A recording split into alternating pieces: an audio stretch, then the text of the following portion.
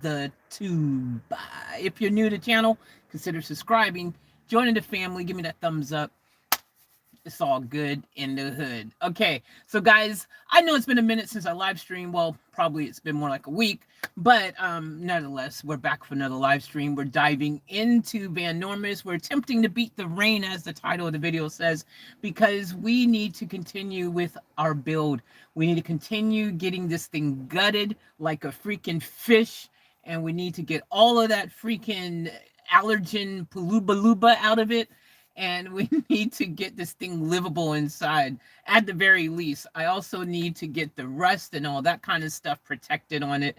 There's a lot of things that have to happen quickly. It is starting to become the rainy season in Australia, so there is like a rush, a time like of the essence type of situation where I need to get all that rust fixed on this thing. So that is a priority. And yeah, being able to actually stay in there for more than 5 minutes is a priority. And when I'm in there, being able to actually like enjoy the time in there and actually get sleep and stuff is a priority. I took the van out last night, and again, it ended up being colder than I thought it was. I thought last night was gonna be warm enough where I could be in there and be like, oh yeah, this is fine, no worries. It wasn't like that. It was actually freezing, and I couldn't sleep properly again. Every time I'm in there, because I end up just staying in the driver's seat. I want to get to the point where I can sleep in the back comfortably, even if I have nothing else in there but a freaking bed, you know? I want to get to that stage, and where there's no allergens, there's no dirt, no poo, no nothing bad, just good stuff, and that I can stay in there and it's Gucci. So we need to make that happen. So in order to do that, tons of cleaning still has to occur, which I want to dive into right now and see what I can get done. And that's our goal today. What's up, Blue Boy? What's up, Jazzy? How's the new Beamer going, Faith? The new Beamer's tucked away in the storage unit. I don't know. Did I mention the video? Yeah, I did. So in the video, you guys would have seen that it has a heating issue, an overheating issue. And so the part to fix that, I'm still waiting for that to come in. We need a new viscous fan part, and it's on order. Just got to wait for it to come in, and then we can get that car fixed. Now, it's still drivable. That being said, you know, as long as I'm not idling too long, you know, or it's not too hot, you know, I think it'll be fine. But I kind of don't really want to risk it, really. So if I don't have to drive it, I'm not. And so keeping it just tucked away safe in my other storage unit seems like a smart move, you know, because that's my dream car. I don't want it to freaking break, you know. That'd suck. So yeah, we'll get there eventually. You know, once the part comes in, she'll be Gucci. But yeah, she's doing fine. Thanks for asking about Black Beauty. Appreciate that, Blue Boy. For you guys who also know, I named the other one Black Beauty, so that's Black Beauty now. My white one is Buffy, and you guys know the name of my vans. But in case you don't, well, watch a video. Fun. Van Diesel, Fantastic, Vanormous. You guys know. Yes. All right. Anyways, so we're going to continue with this video. And yeah, guys, there's so many things that's happening in the background as well, which I can't reveal yet. Some of the things, because I have not revealed them, I don't think. And therefore, I want to put the video out first before I reveal said things. So I have to be very careful what I say and don't say in this live stream, because otherwise it just ruins all the filming I did of other events that have occurred. So yeah, so if I maybe don't say or answer certain things, there's probably a reason why. If you ask me, I may be like, I don't know what you're talking about, Willis. So bear with me. Anyways, let's see if we can beat the clock here with this whole rain thing. It's supposed to be raining for the next few days. Last night it did rain off and on, which sucked. Helped make it, probably that's part of the reason why I felt colder. Today is already a cold day as well.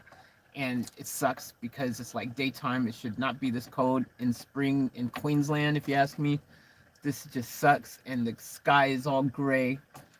Ugh. And yeah, it's one of those Debbie Downer kind of days, where you really probably should just be sleeping, laying in the bed, watching movies on Netflix with like a bag of Oreos or something kind of day. That's what kind of day it is. Um, yeah, so anywho, what's up to everyone in the background? Everyone watching in the background, what's up to all you guys? What's up to uh, everyone, subscribers, members, non-members, is everyone. Hope everyone's doing well. Hope you all staying safe and all that good stuff. So look, without further ado, let's dive in. Let's get this. We're in a time essence. I've got my big boy battery here charging up for the wire, the cordless vacuum.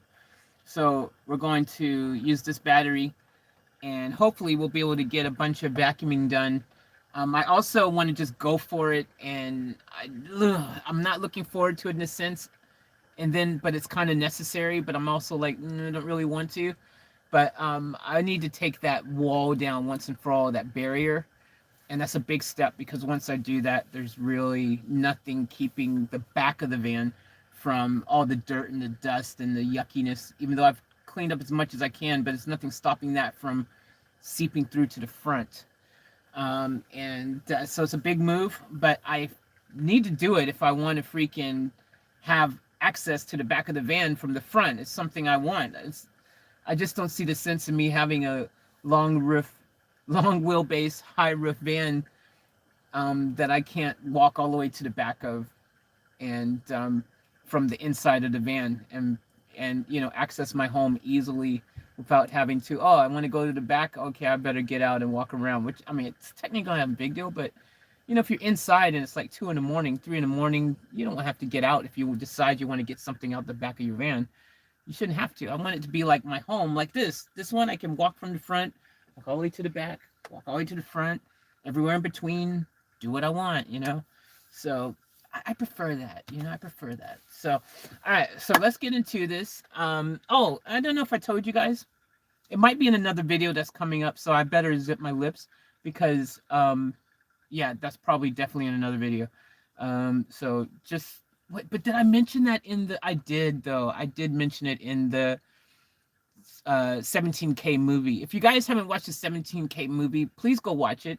It is a dope video. A lot of things happen in that 17K footage movie. Like, I mean, a lot of things happen in it. It's not like it's just a movie with just only one thing. Like, it's not only about me getting my dream car. Like, there's tons of other things that happen in that video. So make sure that you go and check that out if you haven't yet, because it's fun, it's good, and it's exciting. And again, a lot happened in that video. So go check it out. I uploaded a couple days ago. So if you haven't watched it yet, please go check it out and watch it and check it out. It is a cool video. A lot of fun things happen in it. A lot of information in that video of things that happened. And if you don't watch that video, you may actually miss out on information about things that have happened that you're not aware of has happened, So yeah, check that out. Okay. Anywho, let's continue with this here. Yeah, exactly, Jazzy. Yeah, you don't want to have to walk outside your van, especially when you're parked in dark areas, and isolated areas. The last thing you want to do is be somewhere where you've got to get out, or even if it's just raining, even or super cold, and you're all tucked in, you're nice and comfortable, and you're like, oh crap, man, I need to go in the back to get something. And you got to walk outside and go around. And I mean, it's not a big deal technically, but it kind of is, It defeats the purpose in my brain on how I wanted to set up my van. My goal, again, was to have a fully accessible van from the inside. And if it's not fully accessible, it's like, meh, That's how I feel. My brain's like, meh. What are we doing here if we're not, So that's the goal. We're going to do that. We're going to tackle that. And and yeah, kind of go from there. But yeah, I really want to get that. I mean, it's not even that I want to. I need to. I need to get that barrier out from the center. It's the only way that I'm going to be able to access it back and to properly clean that area, because that barrier, the way that cage and that barrier is and that thing, it's there's all this junk that just was stuck in the middle there. You know, you guys saw me get a lot of that out. Some stuff that we won't mention in this video because last time I mentioned said word, they freaking limited the ads that showed on that video, so I won't say it in this one. But yeah, there was questionable things hidden between that. So we need to get all of that freaking just as clean as possible, and the best way to do it is just remove it. Also, because of my asthma, my allergies and things, etc., and the mouse feces and pee and things on those foam pieces and stuff in the back, it's a better idea for me to just remove all that stuff and start fresh. Remove as much as possible is the smartest thing to do, and then I'll also be able to examine and see what needs to be repaired, like as far as body stuff, because I think a lot of that foam and a lot of different things is hiding things that maybe needs to be addressed. And the last thing we want is rust to be happening somewhere and we don't know about it until it's too late, when there's an actual big gaping hole somewhere. So yeah, that's important. That's one of the reasons why we got to just go for it, remove all that stuff. It's a lot of work, guys. This thing needs a lot of freaking loving, a lot of work. This is not a easy job by any means. And there's other things that have come to, you know, to surface that needs to be done with this thing. Like, there's just stuff. There's stuff. So yeah, it's a big job, but make sure you got it locked and loaded, and yeah, keep up to date with all the progress and stuff. So that being said, let's dive in. Let's get into this. I'm gonna put you guys over here for the moment.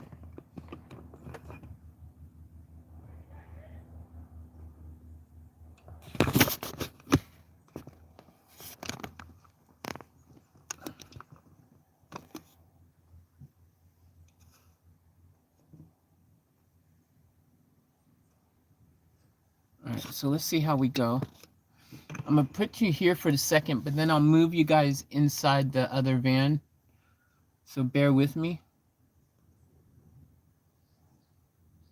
Actually, it's gonna be easier.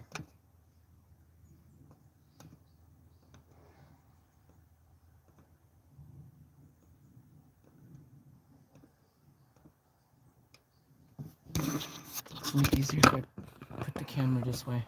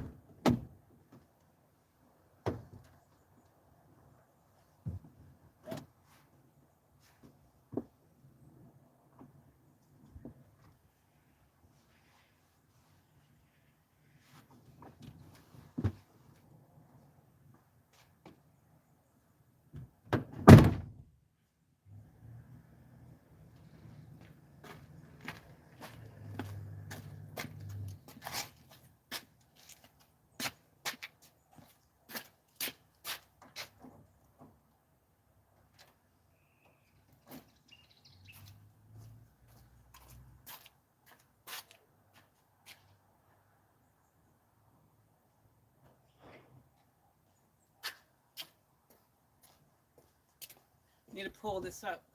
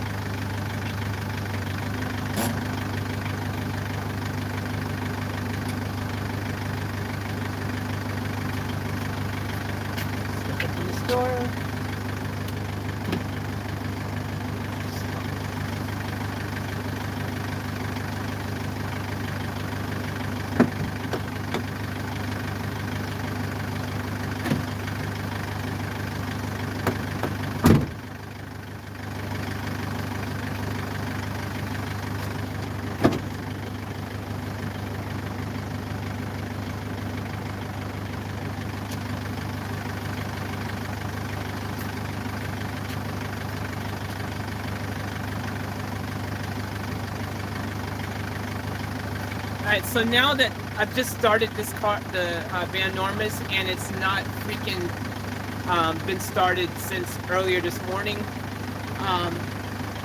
The engine's not warmed up, so now that I've started it, I need to let it run a little bit because it's better for your engine. A little tip for you guys: if you start your car and it's a cold engine, don't just instantly turn it off after starting it. It's better to let it warm up a bit now that you've started it, because if you don't, next time you go to start your vehicle, you actually might make it harder to start because it actually, the fuel and all that gets flooded. It's a long technical thing, but the short of it is, just not a good idea to freaking turn your car on for 1 second and then turn it off if it's cold. Now if it's warm, if your engine's been warmed up and it's at operating temperature and stuff, then you can do that. That's okay. But not when it's cold. Don't do that. Just never do that. Okay? Just a little tip for you guys. You're welcome.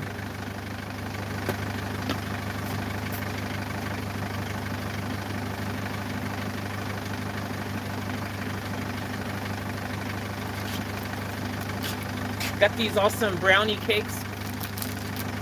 Mr. Brownie. These are really good. Recommend these guys to you guys as well. Never had them. Try them. What's up, Hot Sauce? Welcome to the stream.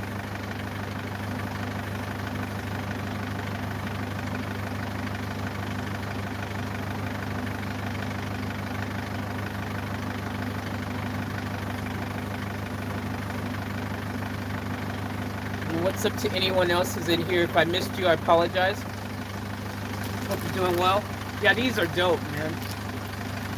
It's such a cold day today. Like, you need a jacket today. That's how cold it is. I don't even own a jacket right now.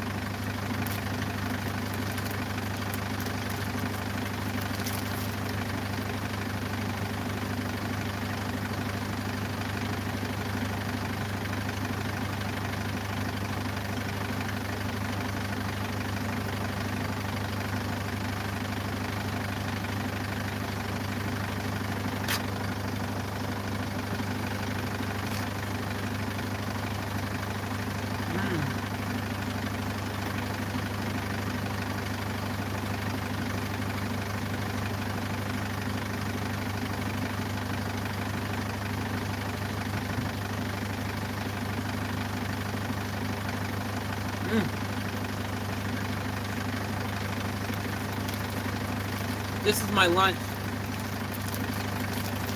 Now for dessert.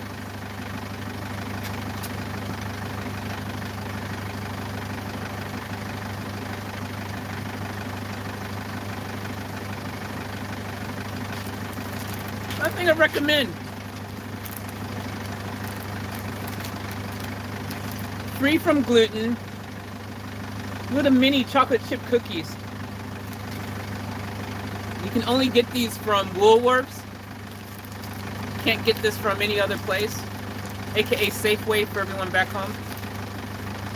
But they're just these little cute little freaking chocolate chips. Look! They're so cute!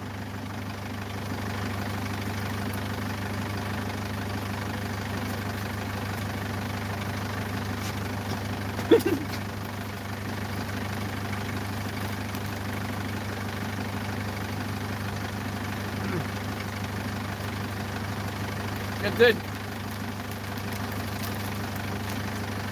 think the brownie went down a bit better.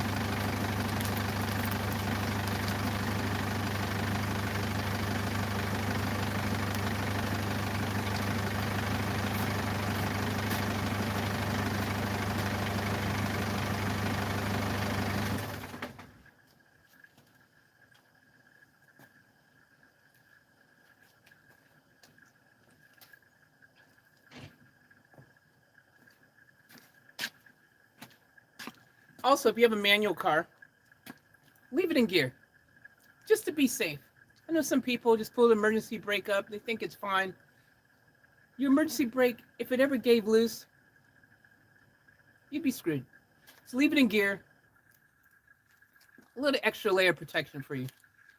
Just some advice. Again, Some of you guys may know these things, some of you may not, but just do it. The car that your car rolls into will thank you.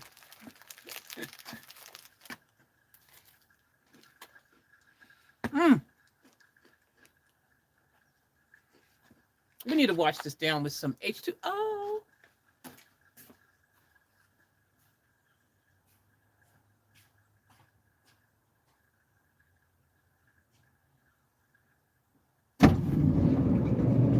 Hello, refrigerator.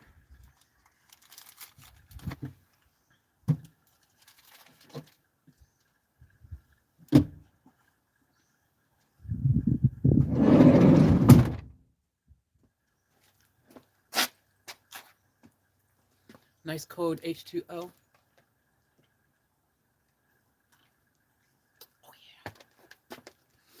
yeah. All right, so after I finish my little snack here, we will dive in. I had to attempt to get all of this stuff done as quickly as possible because I have a goal. Today, I want to get that barrier down. It's like a top objective thing to do. And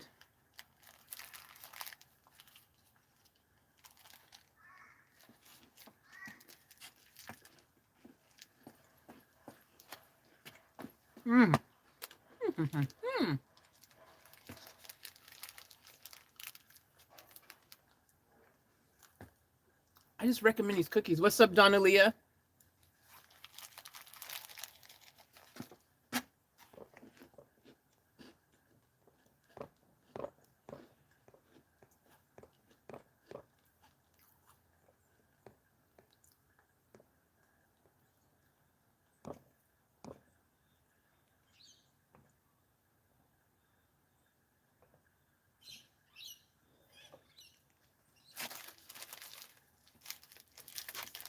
Faith is trying to get brownie points by the look of things. Yum, yum.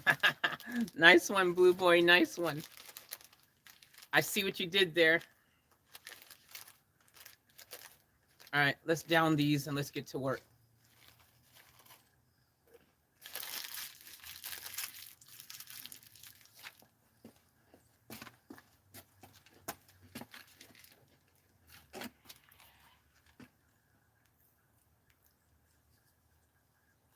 This is the best brand of water. I highly recommend New Spring Water. It's spelled NU.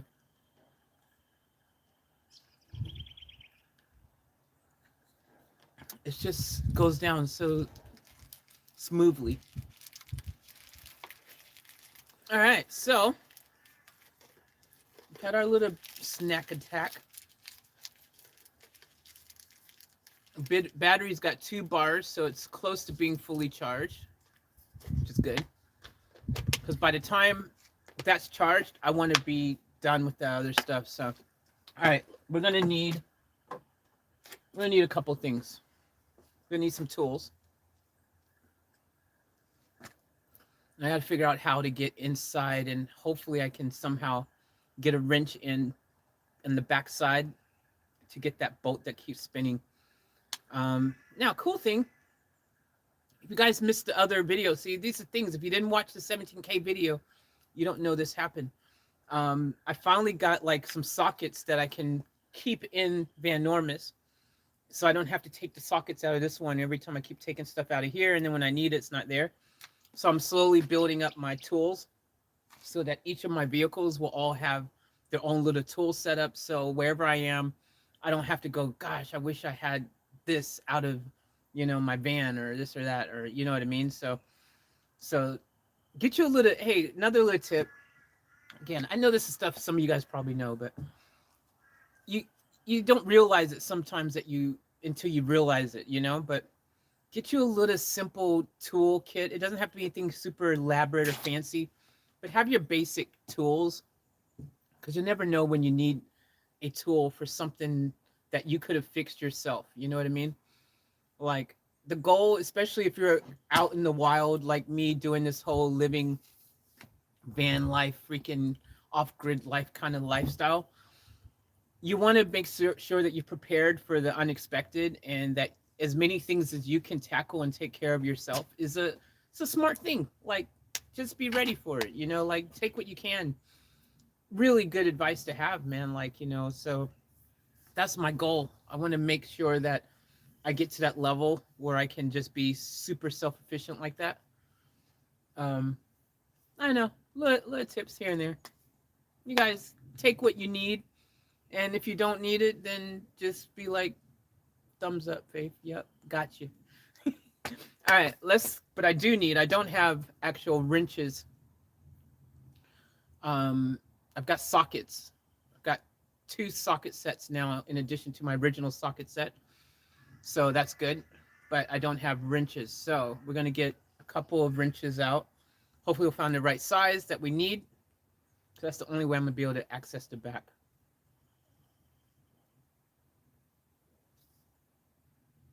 Yeah, that's the only way. All right. I'm going to move you guys to the back. I'm going to open the doors in the back. I'm going to move you guys to the back so you can see all the action. Don't worry, you won't miss out on it. Plus, it's kind of good that today's cloudy and it's not sunny, because then you don't get that annoying reflection that we normally get. You guys know how many times we get the glare and stuff and you can't see what's going on. So at least on days like today, it's a better chance of seeing what's happening. So, all right, let me go open the doors. No, all right.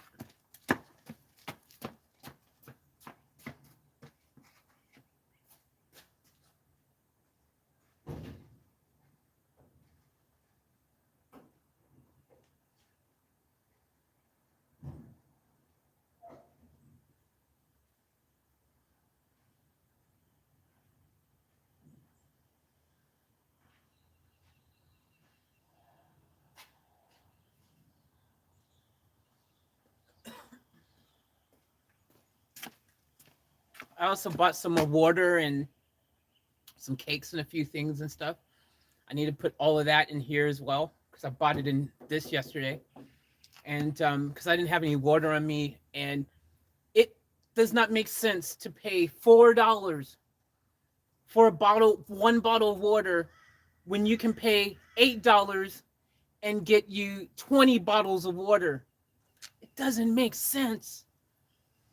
So I refuse to go to the gas station or somewhere and pay $4 for.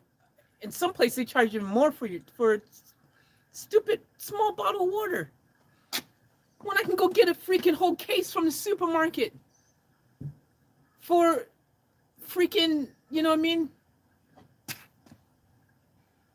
So yeah, so I bought more water because I got in the van last night. I was just rushing to get in here. I was like, oh, because I wanted to empty out. Last night I emptied a bunch of trash and stuff that was in here already. Like, I did a trash run already.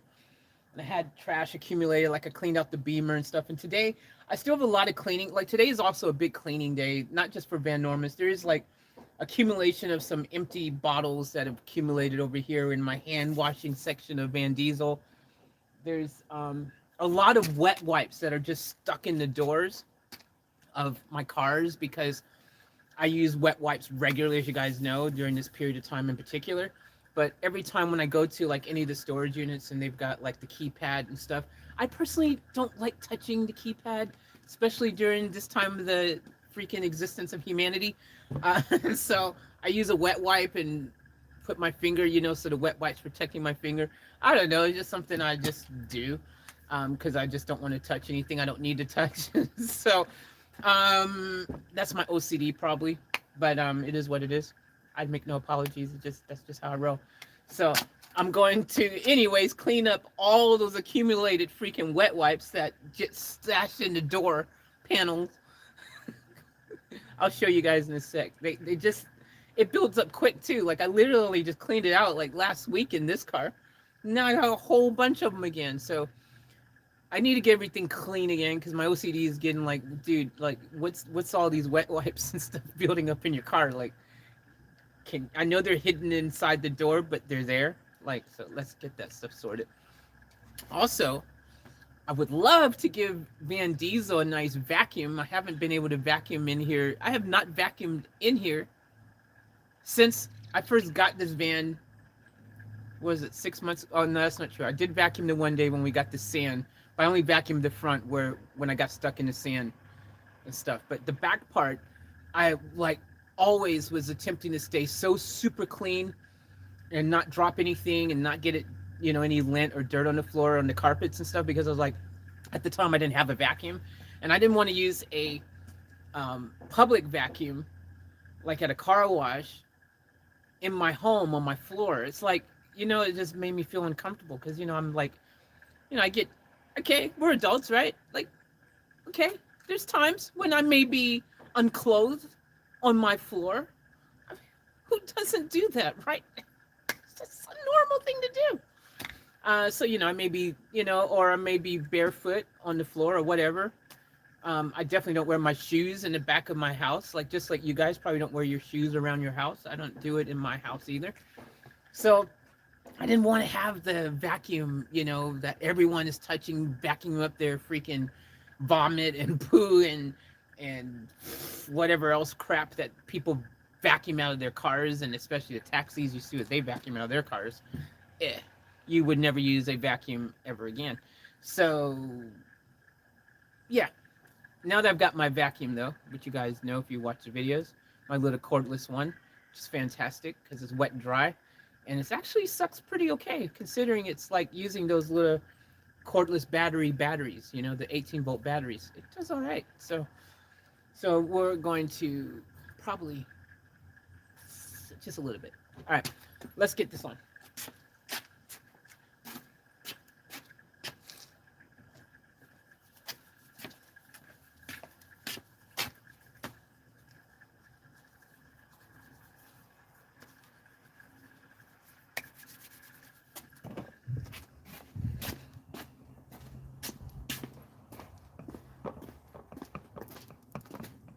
Oh Lord. So this is where we're at the moment, guys. So I want to get that barrier down today. That is a priority. I want that thing gonskis. Again, once I do that, all this ugly dirtiness of the back will be able to escape to the front. I do not look forward to that, but it is what it is. But I want to take all of these freaking sponges out. Ew.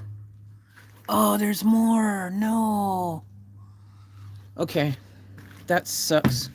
I just realized. Oh, don't tell me is that new? Or is that the same?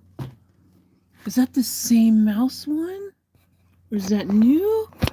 Okay, hold on, guys. Oh. Oh.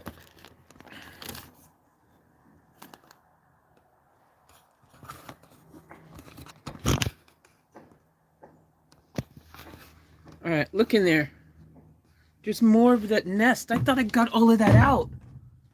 I hope that's just leftover nest from that mouse nest from before. Oh my gosh, look in there. There's more.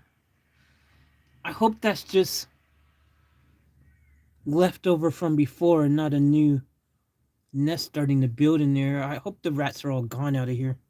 Or mice or whatever they freaking were. But yeah, I thought I removed all of it. I thought I vacuumed all that crap up. So that's why I got to remove these sponges, guys, because I don't know what's behind sponge number 2 or foam number 2. What do you want to call these? I guess it's just pieces of foam. But yeah, all this stuff has to go. See how it's all soiled and dirty? You can really see it over there. So all that sponge crap has to go.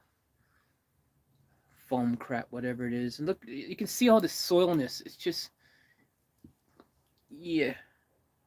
So all that has to go, so I can see behind the walls as well. Clean up as best as I can behind all of that. And hopefully get as much as the ickiness out as possible. And then buy new foam or new insulation or something. And hopefully be able to seal that all up nicely and not have any future issues. Now, all this carpeted area here is it's annoying as hell because it's really hard to take off. This carpet, this is carpet, guys. All the black you see is not paint, it's carpet. And these side pieces here in particular, they're glued to the metal. You can see, look through there. It's literally just glued to the frame of the freaking car, the metal of the car. So it is super hard to take off. You guys can see all that like freaking old plasterboard crap in the corner. See that plasterboard stuff? So that stuff just got wet and got destroyed in here. Freaking worst material to use for a van, guys. Don't use plasterboard like that. Okay? Don't use that. That's just not winning. Yeah, so I'm still looking for they exist. I've seen handheld cordless steamers. They exist, dude. They actually exist. And I need to find one so that I can freaking use it to steam this carpet. If I can save this carpet somehow, this upholstery, like areas of it, if I don't have to remove every single aspect of it, I'm not going to. But that's where a lot of the dander and allergens and all that stuff is trapped in this carpet. Unless I can effectively get rid of it. I mean, there's a dander spray and stuff that you can buy and stuff as well. But I did also want to remove this stuff so I could, again, assess if there is tons of damage that I need to address rust-wise throughout the vehicle, the car, that I can't see. Unknown stuff is an issue that worries me. And so I want to be able to address it before it becomes a hole and a big issue. So, but anyways, I'm going to put you guys in here somewhere. And then our goal, which once it's done, it's going to suck because once there's no going back after I do it. I got to somehow get a wrench. Again, I don't know I can because these little grooves in the fence here. It's going to be hard to stick a wrench through there and grab it on the back because that bolt's spinning. And it'd be okay if I had a hexagon one that could fit that bolt on the ground there, but I don't. I don't have one. And that's not like an Allen key, a generic Allen key head. It's like one of those hexagon looking ones. Which we had the same issue with in our other van, the Vito. And that's why I have never removed the freaking tire, rear tire that sits inside of that van.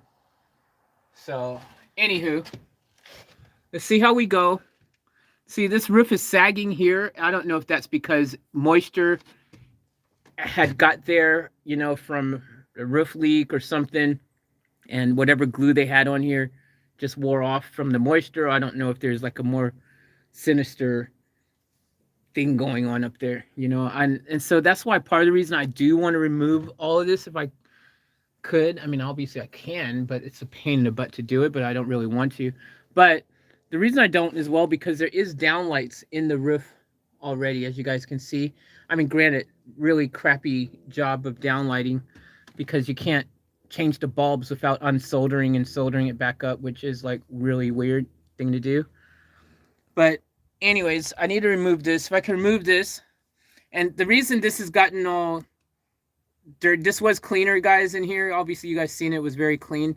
Now there's a bunch of stuff kind of strung across the floor. Why is the camera not focusing? All that's got strung across the floor in there because I had to take all of that stuff. Okay, so anyways, changing subject.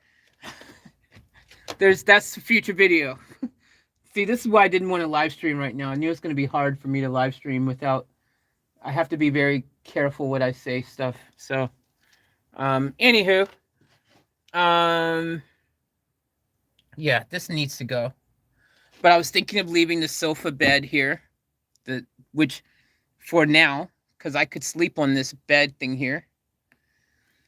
And this is actually turns into a chair as well. So not that I will have anyone in here, but this is mod plated. This actually has a proper modification plate to make it legit a 5-seater. So you can put this up. There's seat belts in the thing there even. So this can legitimately be a 5-seater, which is kind of pretty dope. If you've got like a family or something, you know, or friends or whoever, but you can fit, you know, 3 people can legally sit here. Then you got the 2 in the front. And you've got seat belts. I think that's pretty cool. And I mean, technically, you still have plenty of space back here if you were, you know, needing the space and you needed that seating. Like you still would have plenty of space. I mean, and I can put um this part, latest part down. I mean, look, technically, in the interim, until I can build a proper bed in here, and I'll just leave this one here. I mean, I could use this thing on the side. As you guys know, you've seen it. It falls down all the time. It's a bed. It's a single person bed. It's super sturdy, um, and it goes flat, and I could lay on that. So actually, maybe I'll do that so I don't hinder my build, because I just don't want this big sofa bed thing here.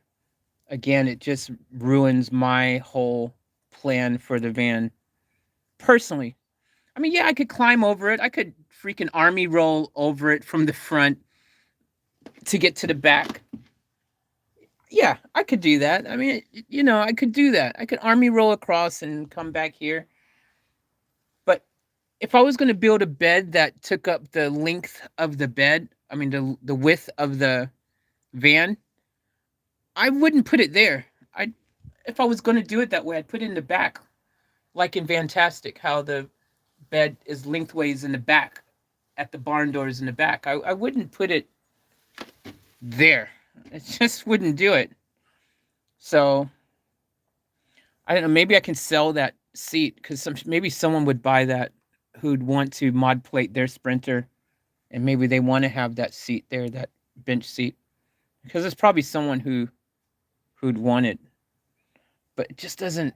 Yeah, it doesn't match my vision of the van to have a. And plus, I'm not going to be carrying around 3 people sitting in the back of my van. I do not foresee a time in the current state of the world where I'm going to have anyone traveling with me in my van like that. I'm going to say, hey, yeah, call 3 of your friends and let's bring them all along too. Like, I don't see that happening. So that's not practical for me. And I don't want to keep it just because it's there, if that makes sense. Which, you know, it's like, well, just because it's there doesn't mean I have to keep it. So it needs to go. It just needs to go. I think that's the. If I can sell it, it'd be great. But until I can find someone who wants to buy it or whatever, I guess it just can sit there for the moment. But yeah. So, okay. Let's get to cleaning. See, look, that's just, I mean, I'm really concerned about, because there's rust there. And this obviously, well, you can tell something's gone down there. Now, I think the guy I bought the van from said that he was doing some work fixing the roof, and this is all from that time when he was fixing the roof. So hopefully that's the case, and it's not anything I need to really stress about. But again, it's one of those situations, like if I don't remove all these freaking soiled pieces of foam. So again, mouse poo, tons of it back behind the sponges there. Like, yeah, that stuff just gotta go. It's gross. And I'm worried about back behind this wheel base here. I mean, the wheel arch there, the wheel area. I won't be able to reach and access certain areas. I just won't. I won't be able to completely clean all this poo and stuff out perfectly. That bothers me, because it'll always be in there. Who knows, behind that part where it just can't reach.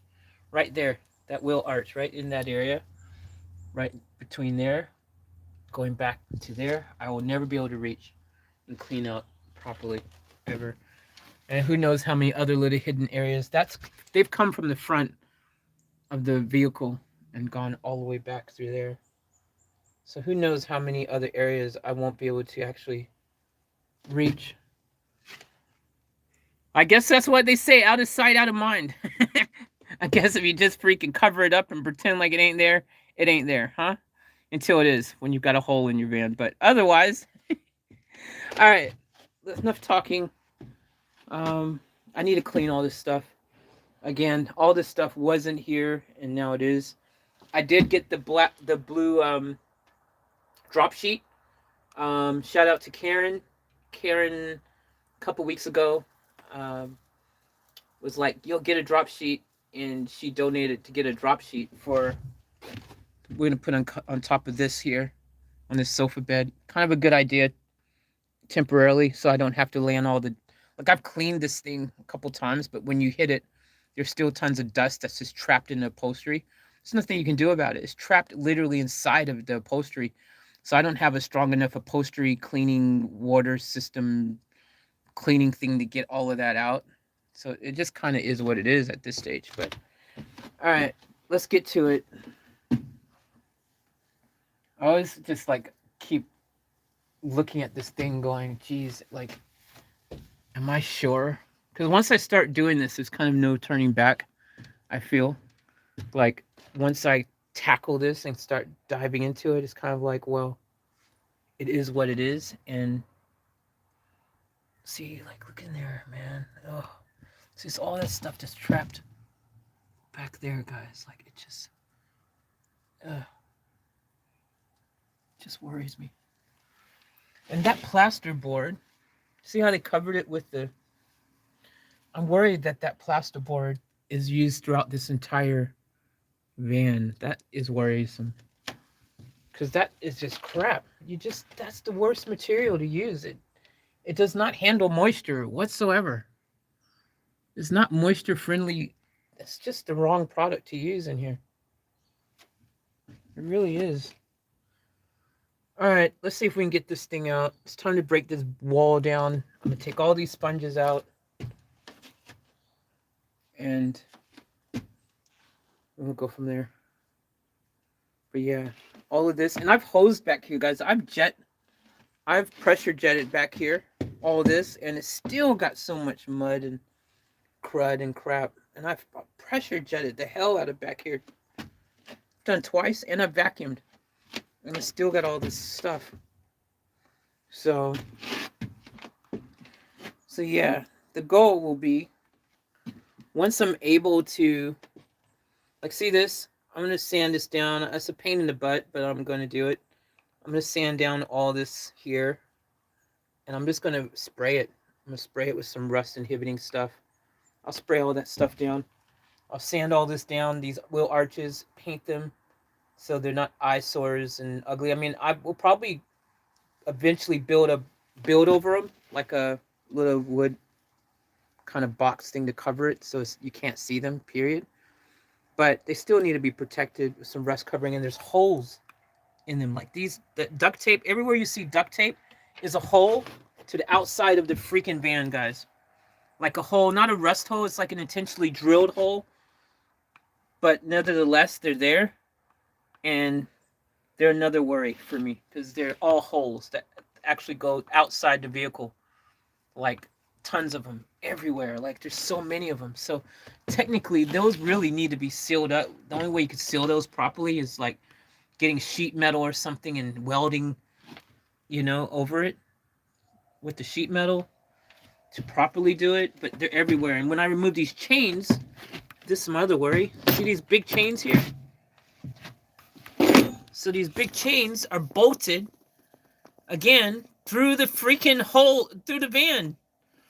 The floor of the van. So when I remove these bolts, these chains, because obviously I can't be walking on chains back here and stuff, that's going to be freaking a big gigantic hole. Again, another hole there. Like, bro, another hole there when I remove that one. Another hole there. And mind you, it's going to be a pain in the butt to try to remove that, because I'm going to have to attempt to go underneath the wheels, underneath the van to reach these. And the way they're those kind of annoying screws where it's not going to be easy to unscrew. I might be better off just getting an angle grinder and freaking grinding them off. Just grinding the head off, grinding the chain off from there, and then grinding the head off and letting, hopefully that bolt will just drop out through the bottom, through the hole. That's probably going to be a better way. Because, yeah, getting underneath this thing to unscrew these, without it being on a hoist or jacked up, I don't have a jack high enough to, and jack stands and stuff. And I don't want to crawl under this thing. You see how dirty it is on the inside. Lord knows what's freaking underneath it. But yeah, I take these off. There's holes there. You guys see the theme here. It's just, oh, there's so much. That's why I've kind of been dragging my feet. Not dragging my feet. I mean, there's been other stuff going on. But I just halfway been kind of like, I started tackling all this really hardcore the day when we removed this big double bed that was here. If you guys don't know, there was a big double bed that sat on this thing, and it took up all this space, and underneath is where the motorcycles would be parked. And I took that out, and I was full steam, and I was like, yeah, let's keep going, and I was super gung-ho. And then I was like, but what if I'm doing all of this, and then I decide, like, nah, I'm over it. I can't get it properly, fully clean and perfect. There's so many holes everywhere. Maybe I'll just freaking get rid of it. And then all of that would have been for nothing. See, look, another hole there. It's just all these holes.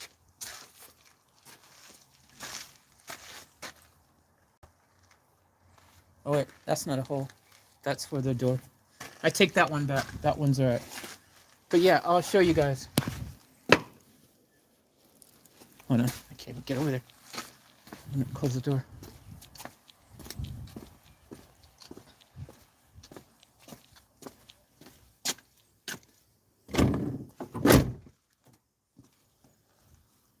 This thing's still charging. Good.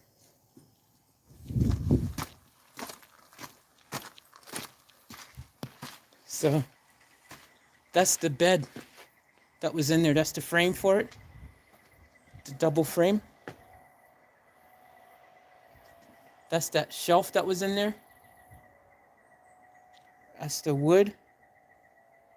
That's the plaster wood. That's the wood for the bed. Again, that big double bed. You can see the frame here. It's just huge. You can see it better like this.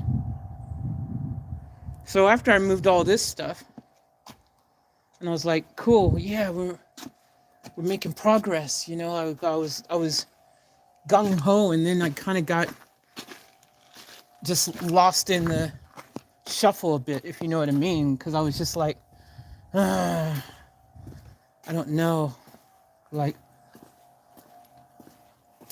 because once if I'm going to sell it, it's better just to sell it as it is like this, right?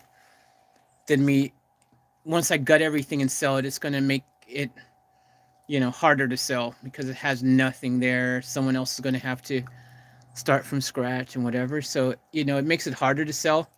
So it's really a big commitment.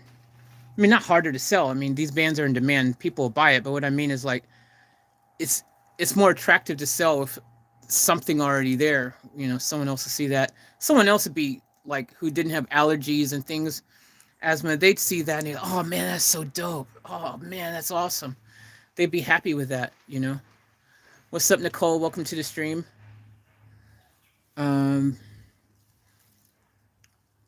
So we'll see, man. We'll see.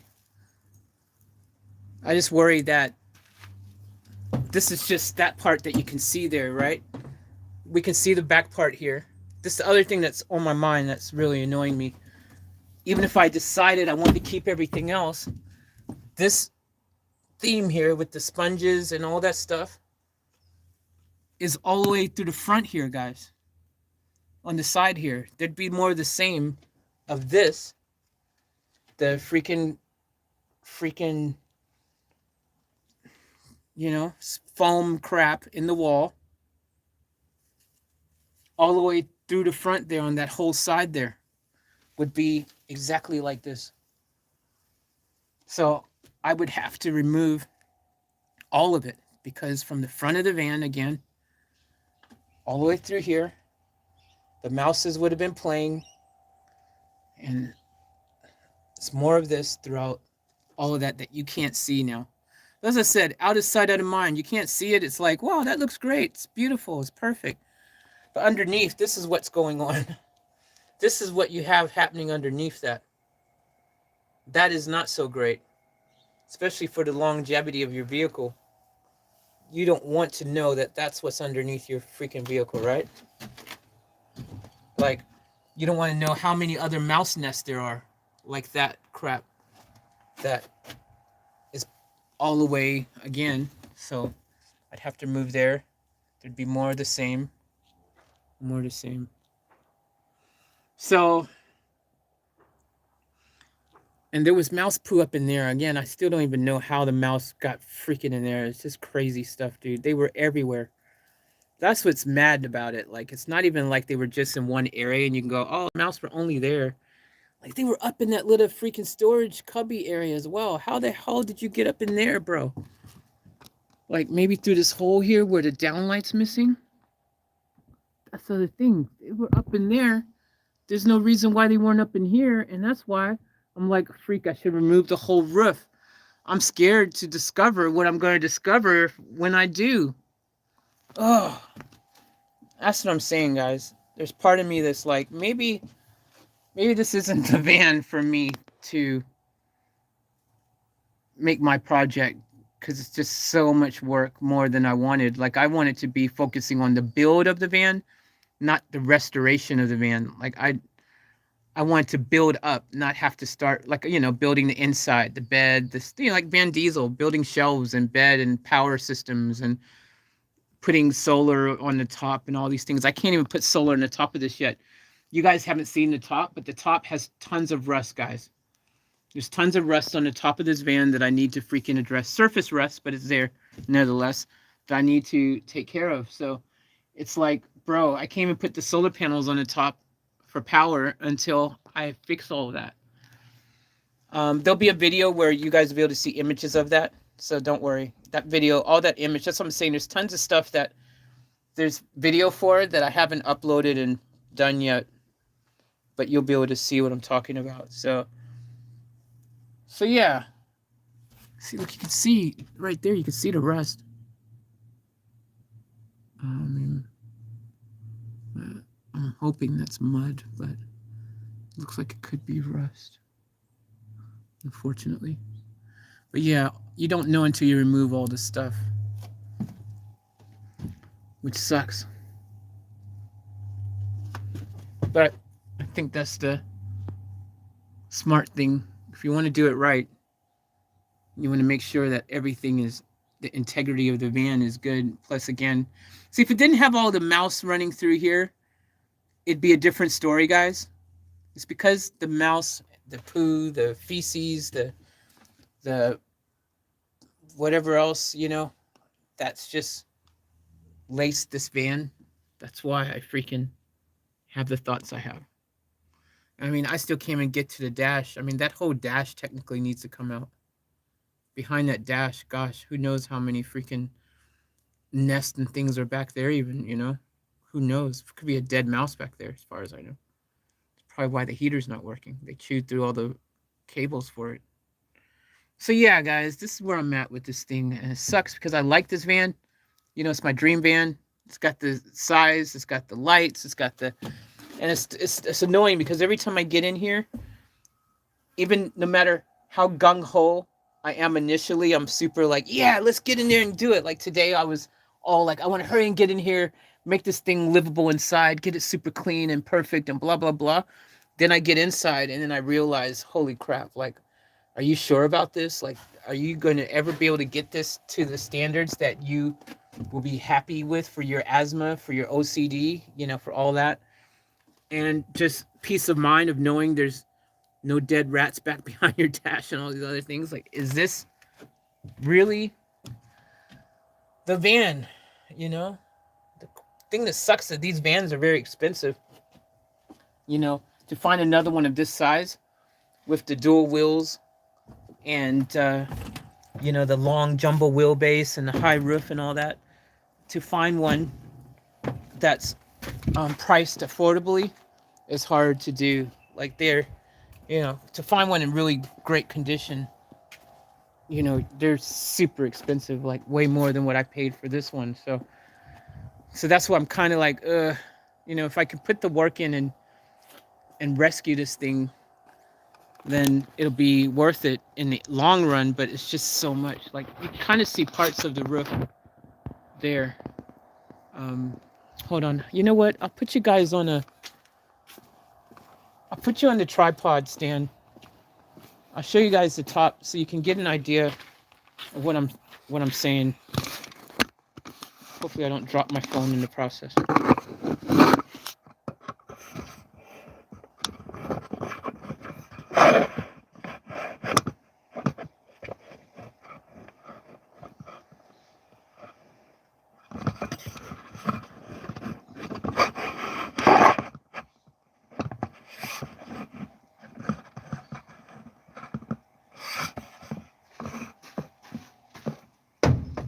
Alright. If you guys can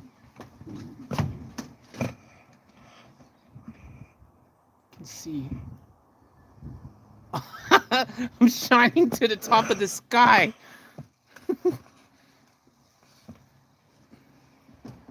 Alright, have a look at the roof, guys. Can y'all see the rust and stuff on the top?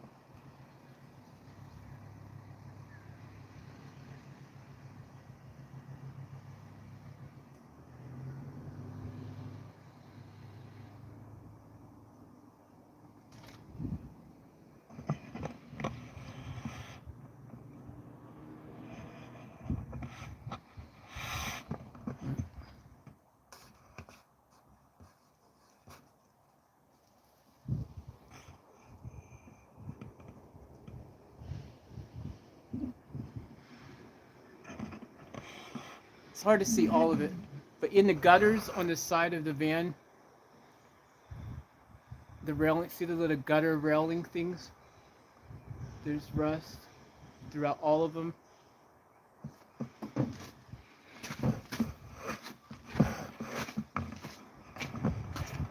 Like in these things here.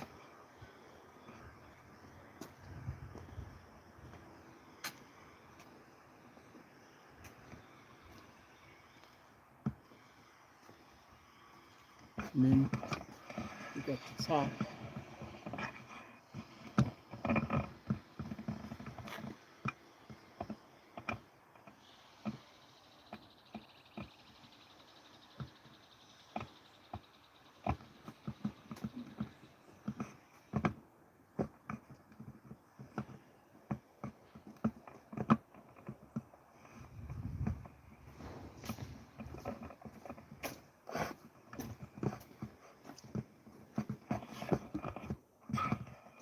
There's rust all in there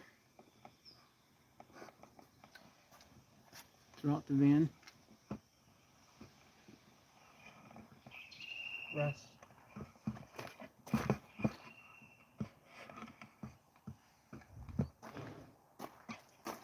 Rust in these little things here.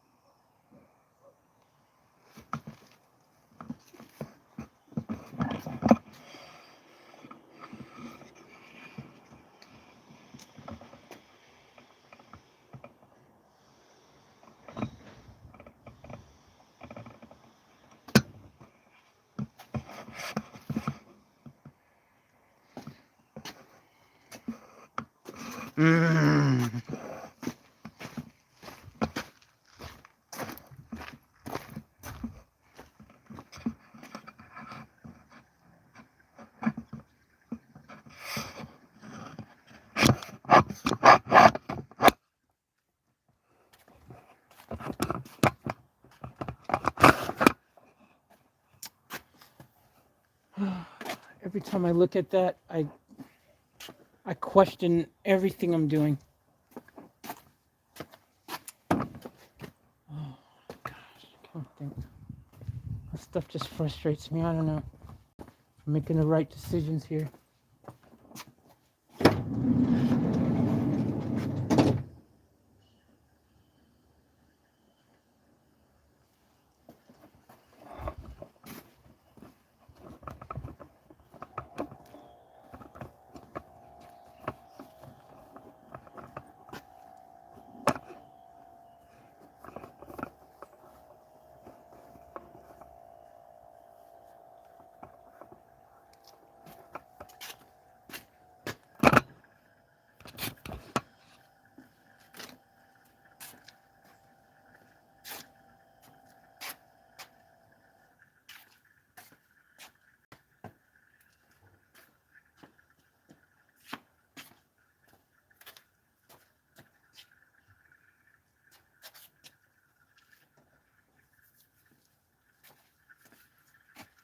what I mean, guys. Like,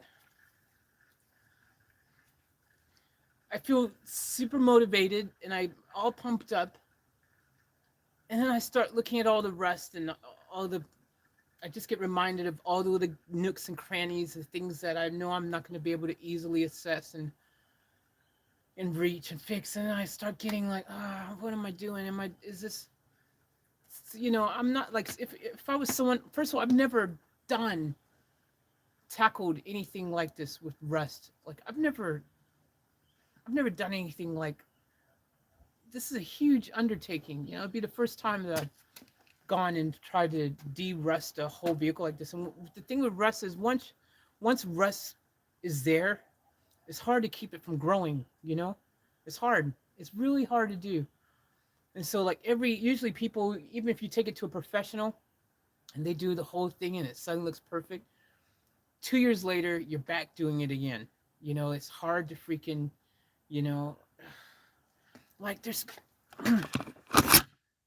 like even in here, like there's things that you guys can't even see that's there. There's rust all back there. Like, can y'all see that rust? Like there's rust. Like, look at that. There's just rust.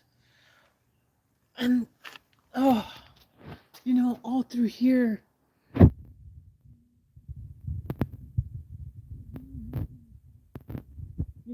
I was aware of, like, when I first bought the van, I was like, okay, yep, yeah, that's okay, yeah. This side doesn't look too bad. This side, I'm like, okay, yeah. That's the side I freaking saw it first. And I never saw underneath all these boards and all this stuff. So I didn't think, I thought mouse poo was, sure, I knew there was some, but I didn't know it was going to be like back behind things like this and inaccessible areas. And I was like, okay. But then it's like, it's like,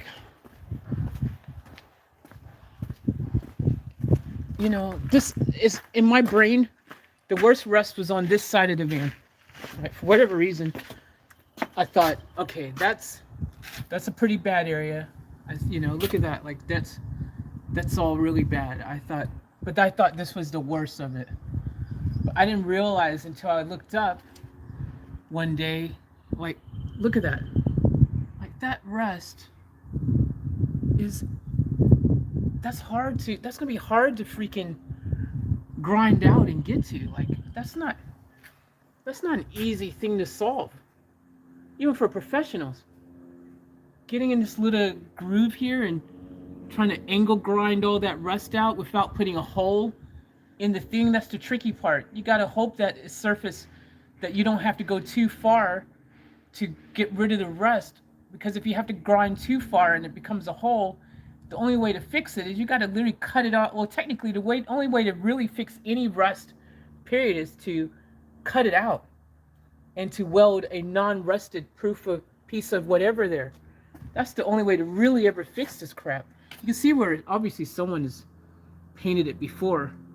That's what I'm saying. You can see someone's done it before, tried to fix the rust, and you can see, again, it just comes back after a year or two. It comes back again.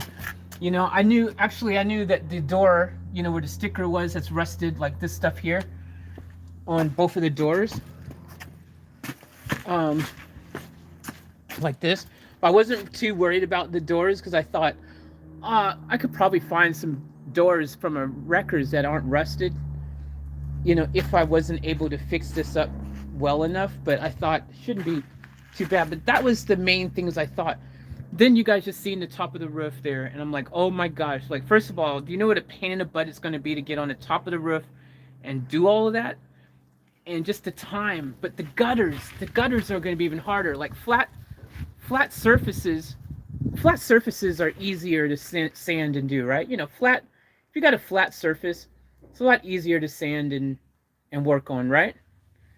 But when you've got little nooks and crannies, like these little freaking groove things, and they're layered with tons of rust, and you've never done rust before, and you're attempting to do all that without putting a hole through your freaking van, and especially when you know that 2 years later, you're going to have to do it all over again, because again, there's no way to really get rid of rust properly without cutting it out. So every 2 years or so, I'm going to have to be continuously doing this crap. Maybe even sooner. Might even last a year. You know, you don't know. So starting with something that's already so freaking rusty that I know has all this rust, that I know has all these little hidden areas again that I don't freaking know. Like again, behind this freaking thing, who knows what's going on back there? Besides the mouse poo and all that, like who knows? The rust could be there. Could be rust back there even. You know, like who knows, right? So that's when I get my brain just goes, ugh. What am I doing? I mean, look, there's rust there, and you can see that there's at some point there's rust back there. So there's been water getting in here. You know what I'm saying? So who knows? And there's still all this dirt and dust that I've cleaned in here multiple times, and I still find more dirt and dust that I missed. I couldn't get to. Like, oh, and I get discouraged, and that's when I lose my motivation on this thing. Like in these vents, and oh, guys, and I just and I pump myself up, and I get excited, and I'm like, I'm gonna do it today. Let's dive in. You know,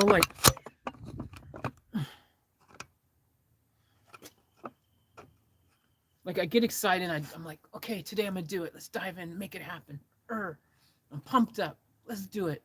And then I freaking have a reality check of the enormousness of the situation. Right? It's not even small. It's gigantic. And then I go, oh. And then it's fine. Like I don't mind putting in the work if I know it's going to be. It's easier to put in work if you know it's going to be more of a like once it's done kind of thing, right? This is a commitment.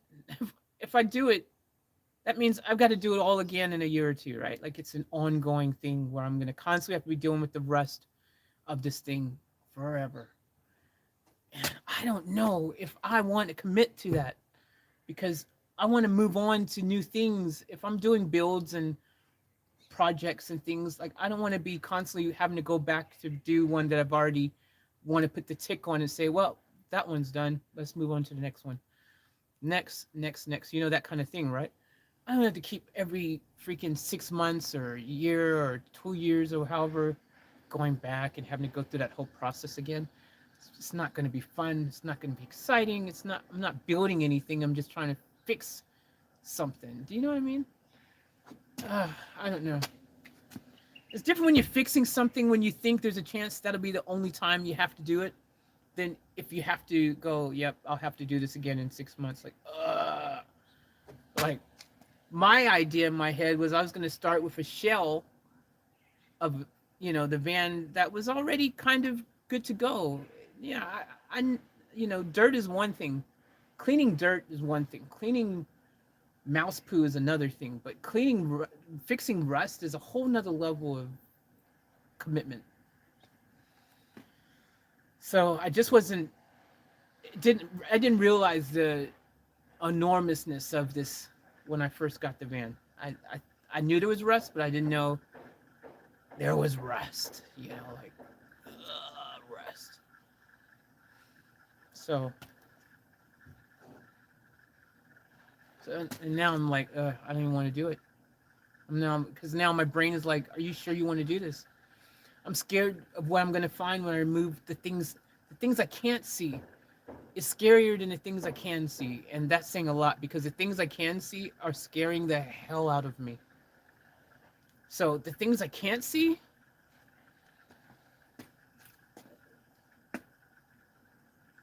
so I don't know, guys. I don't know. Thanks, Jazzy, for putting that link up there. If you guys are interested in supporting the grind, making donations, all your support goes towards fixing things in the van repairs. Obviously, you can see a lot of that needs to happen, but repairs work help me continue for all the projects and builds and things, and just for my livelihood because YouTube is my full-time job. To buy food, to buy gas, whatever. So if you're someone who wants to show your support, you can click on that link there, and you can make a donation there, or you can go through the Streamlabs links that's on there as well.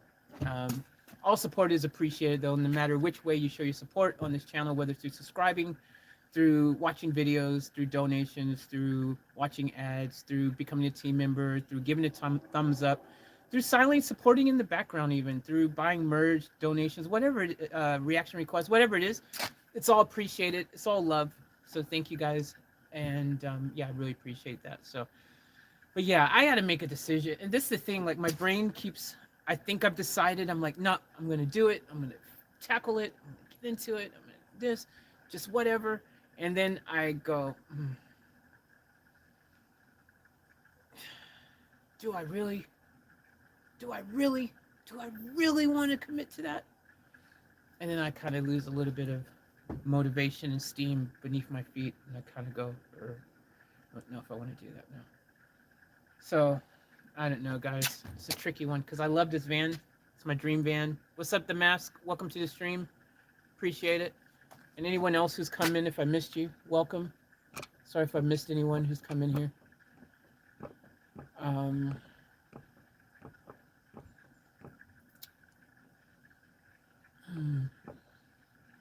Yeah, guys. What's up, Joe? Welcome to the stream.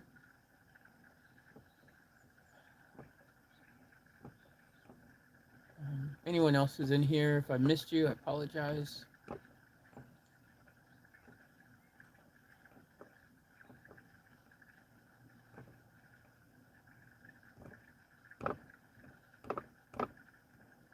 Yeah, so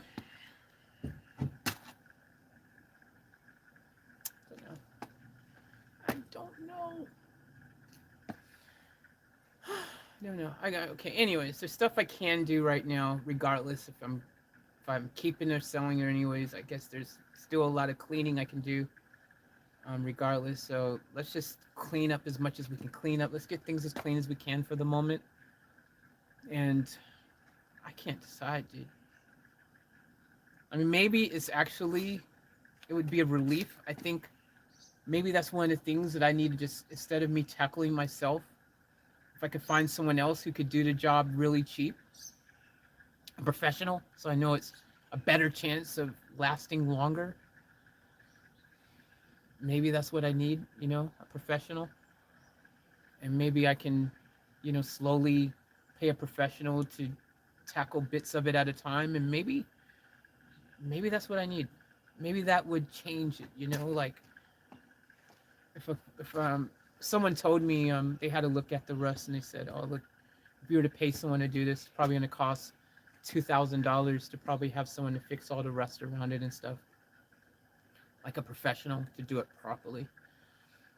And I mean, obviously, yeah, look, if I had $2,000 sitting around, I'd be like, yeah, take my money, go ahead, fix it, make it happen.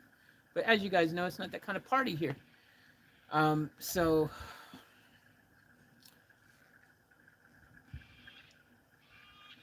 yeah, I don't know, guys. I mean, I thought it'd be great content for you guys to see me attempting to fix all that stuff.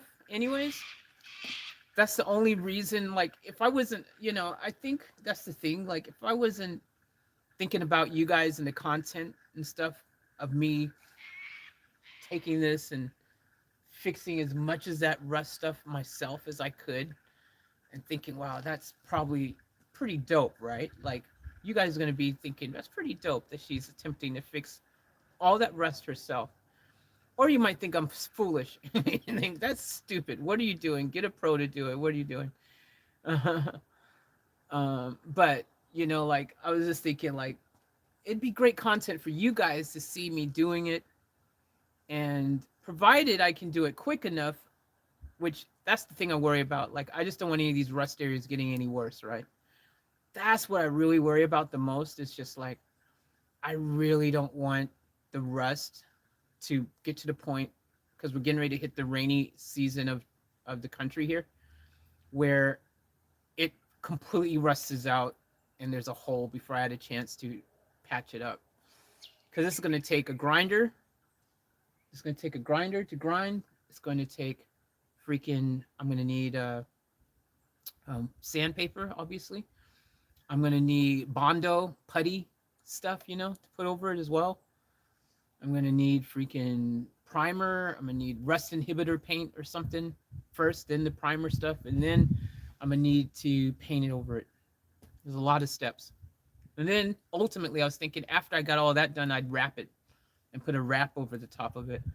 And I was thinking maybe if I wrap it, it might help protect it from the elements a bit more as well. I don't know, maybe. So wrapping those gutters too, that's gonna be again, that's gonna be hard. It's not easy stuff. So I don't know. Let me know your thoughts. Let me know your thoughts, family. But for now, I think I'll go back to cleaning. Okay, I'm gonna get back to the cleaning, but it has to be done. Let's just get as much cleaning done as we can right now. And mm, I got to figure out a better. I got to figure out like stuff, but I need a better solution, like for uh, all this stuff in here. I need to be able to. Well, obviously the water's fine.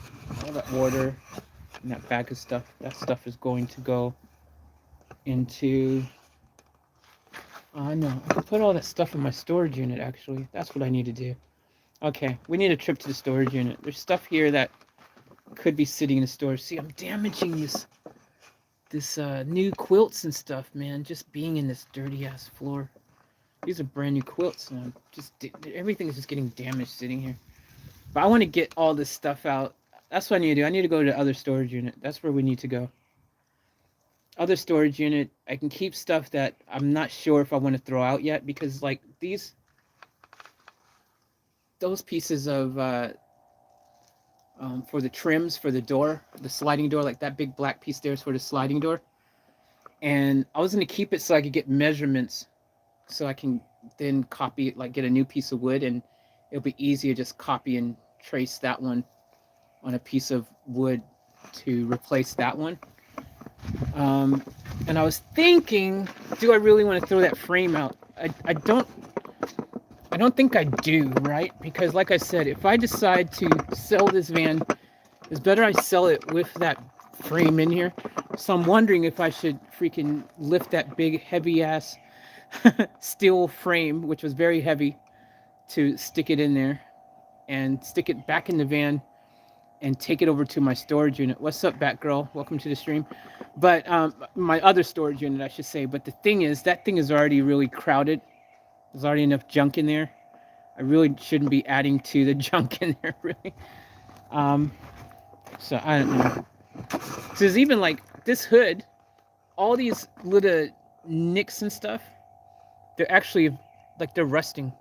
All these chips and stuff, like it's like that. They're all rusting. So I'd have to re-sand and do this whole hood even. Like there's areas that I'll have to do that still need to be done just because of stuff like that. Do you know what I mean, guys? Like there's tons of areas like that will have to, like that whole front, it's all rusted. Like little rust piece here and there. So that whole thing will have to be sanded down. You know, there's tons of areas like that. Underneath the body, on the side, there's actually rust along the sides there. Who knows what's underneath? There's dented, that part's dented in right there. And then the back, I don't know if you guys see in the back little section, that's dented in. That was like that when I bought it. But, you know, I got to try to suck that out, you know, so it's all smooth and perfect. But yeah, there's a lot of work here, guys. So, I don't know. We can do it. You know, I mean, I'm not afraid to tackle it. I just didn't expect it to be so overwhelming. You know, it's just a lot. And that's just the cosmetics. That doesn't count the other things that I have to do to this, like the rear diff needs something. I don't know what's wrong, if it's whining.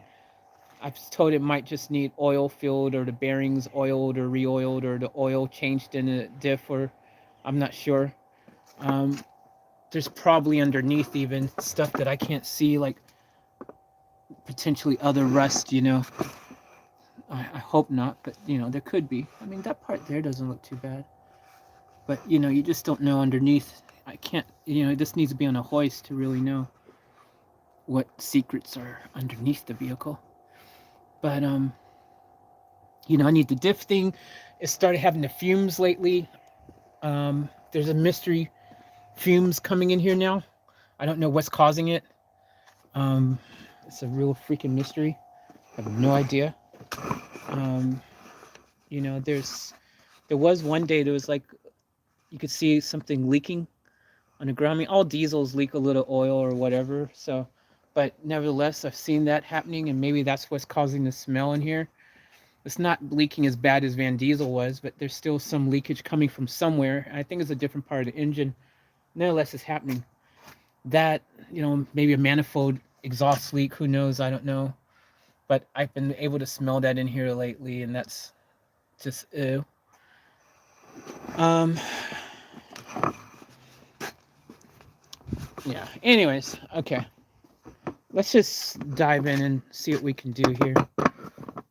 Enough talking. I'm ready. I've talked myself back to being motivated to dive in. That's how it is, guys. Like, this band plays in my head, man. I'm a little bit, but I like it. It's my dream band. The jumbo dual wheel. It's hard to find, man. This is a special thing.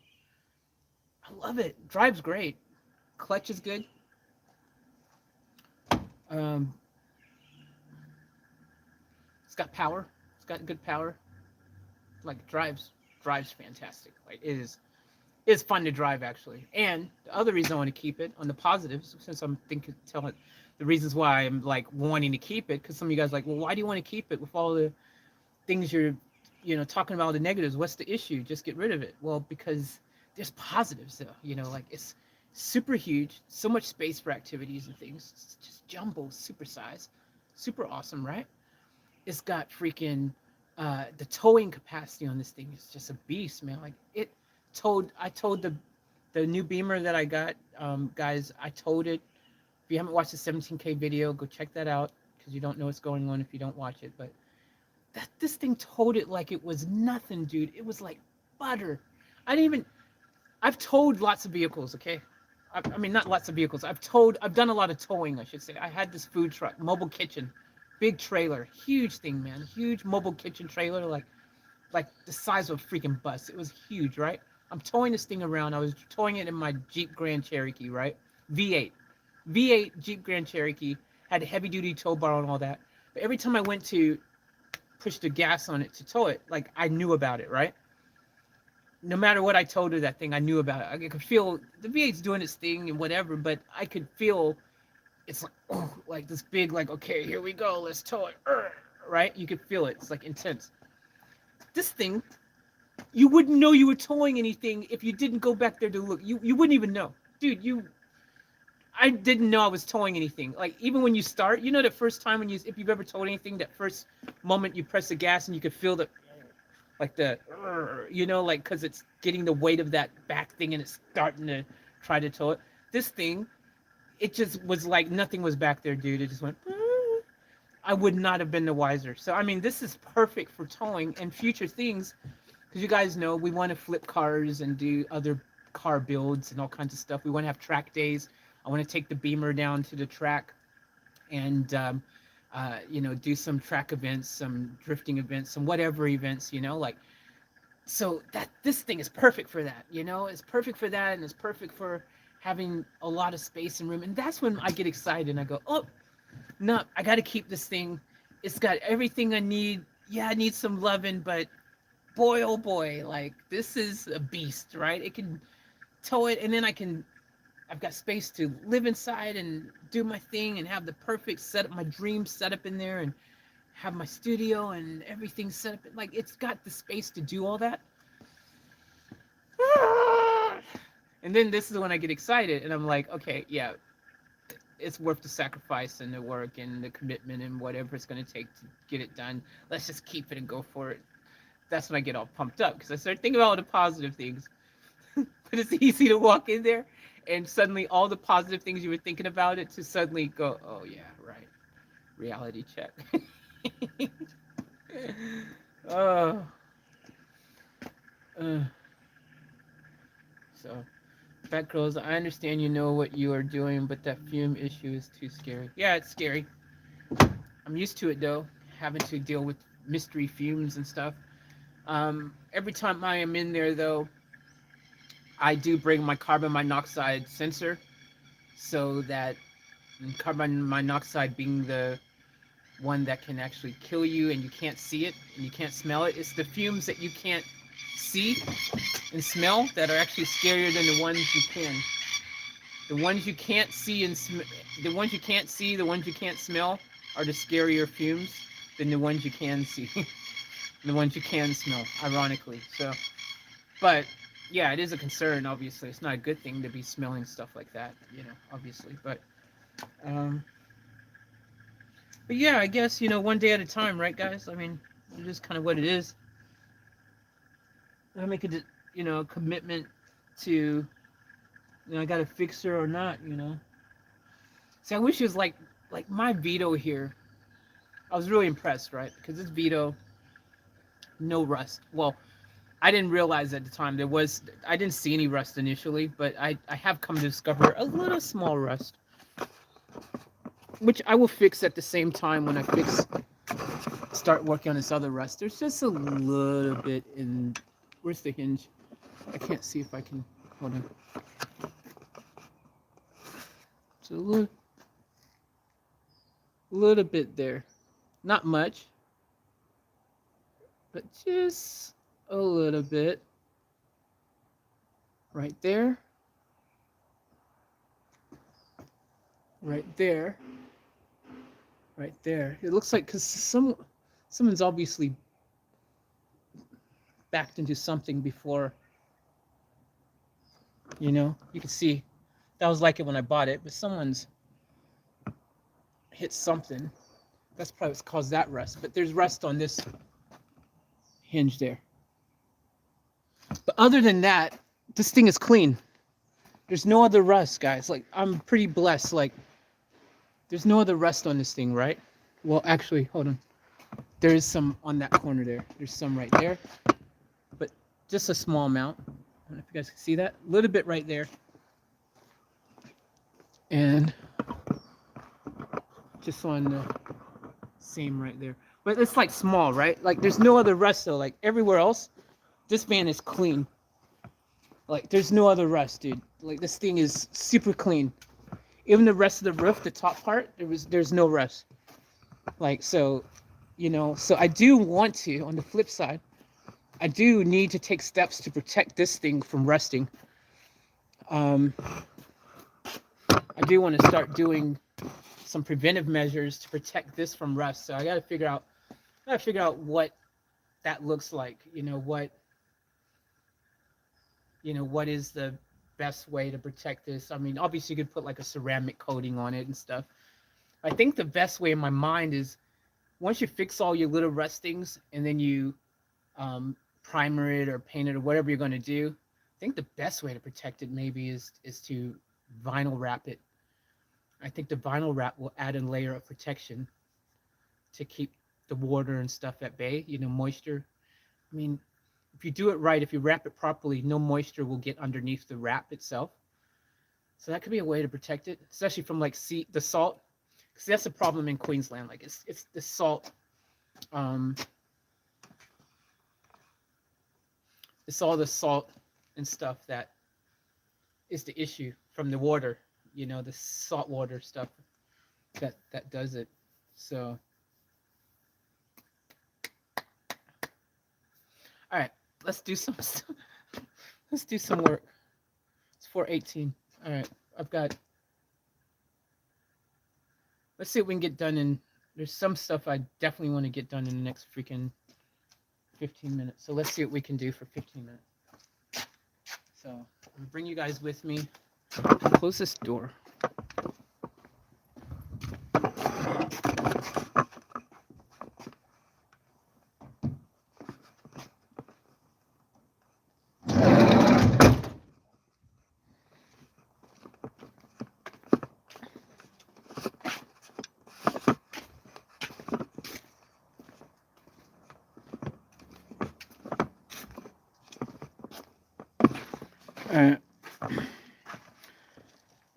Okay, so the new plan, I think that's what we're going to do.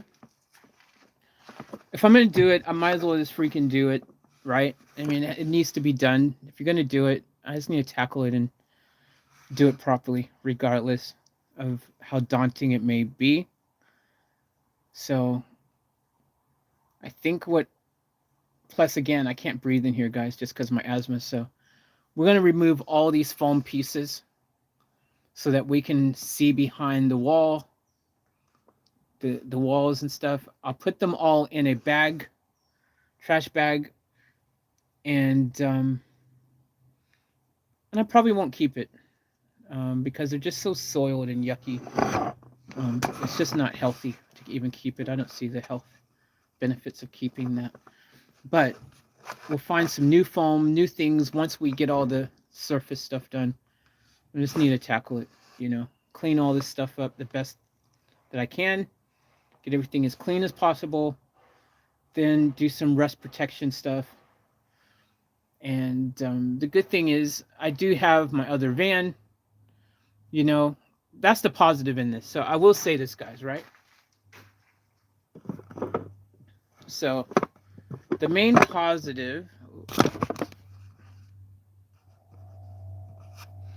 the main positive, on the positive, right, is technically I don't have to rush, right? I mean, I do have to address the surface things. That is a rush. Like I do need to get all the rusty major areas taken care of so they don't get worse and rust through.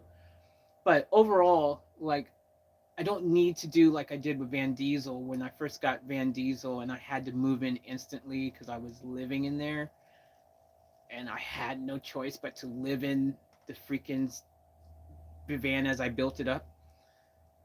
On the positive, this one, I don't have to do that, right? Like I can totally just do what I want, how I want, over a period of time and get it the way I need to get it, right? So on the positive, that's a positive, right? Um, so I guess there's that. So take it one day at a time, I think. I think I'm putting too much stress on myself. I think that's what it is. I think I am making this more stressful than it needs to be.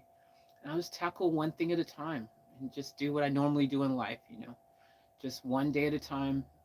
Do the best you can with the situation, the circumstances, whatever and just that's all you can do in any given moment is just give it your best shot and just do the best you can. So I think I'm making this more stressful for myself than I need to. And I mean, it just is what it is. We all have these moments where we totally um, become overwhelmed in any given moment for whatever reason. We all have these things that we're faced with, and we go, "Oh my gosh!" But yeah, you know what? I think I just need to take a couple deep breaths, a couple woosahs, do some meditating, ground myself, and just take it one moment at a time, and then it won't be so overwhelming for me, and I won't be so stressed about it and stuff. So, because yeah, otherwise it's just gonna drive me nuts. Because there is a lot that needs to be done in this thing, but it's gonna be okay, you know. And I just know finding another van like this with the dual wheelbase and the freaking gigantic jumbo, um, the dual wheels, the jumbo wheelbase, the high roof, all this. And mechanically, this van is like, from what I can tell, it's dope. Mechanically, it just seems great. I mean, besides the fumes and stuff, obviously that's not great. But I'm hoping that's something minor, man. I hope that's just like an exhaust leak or something that can be patched up fairly easily, or something. Um, and the diff. But I'm hoping that's less than $1,000 to fix.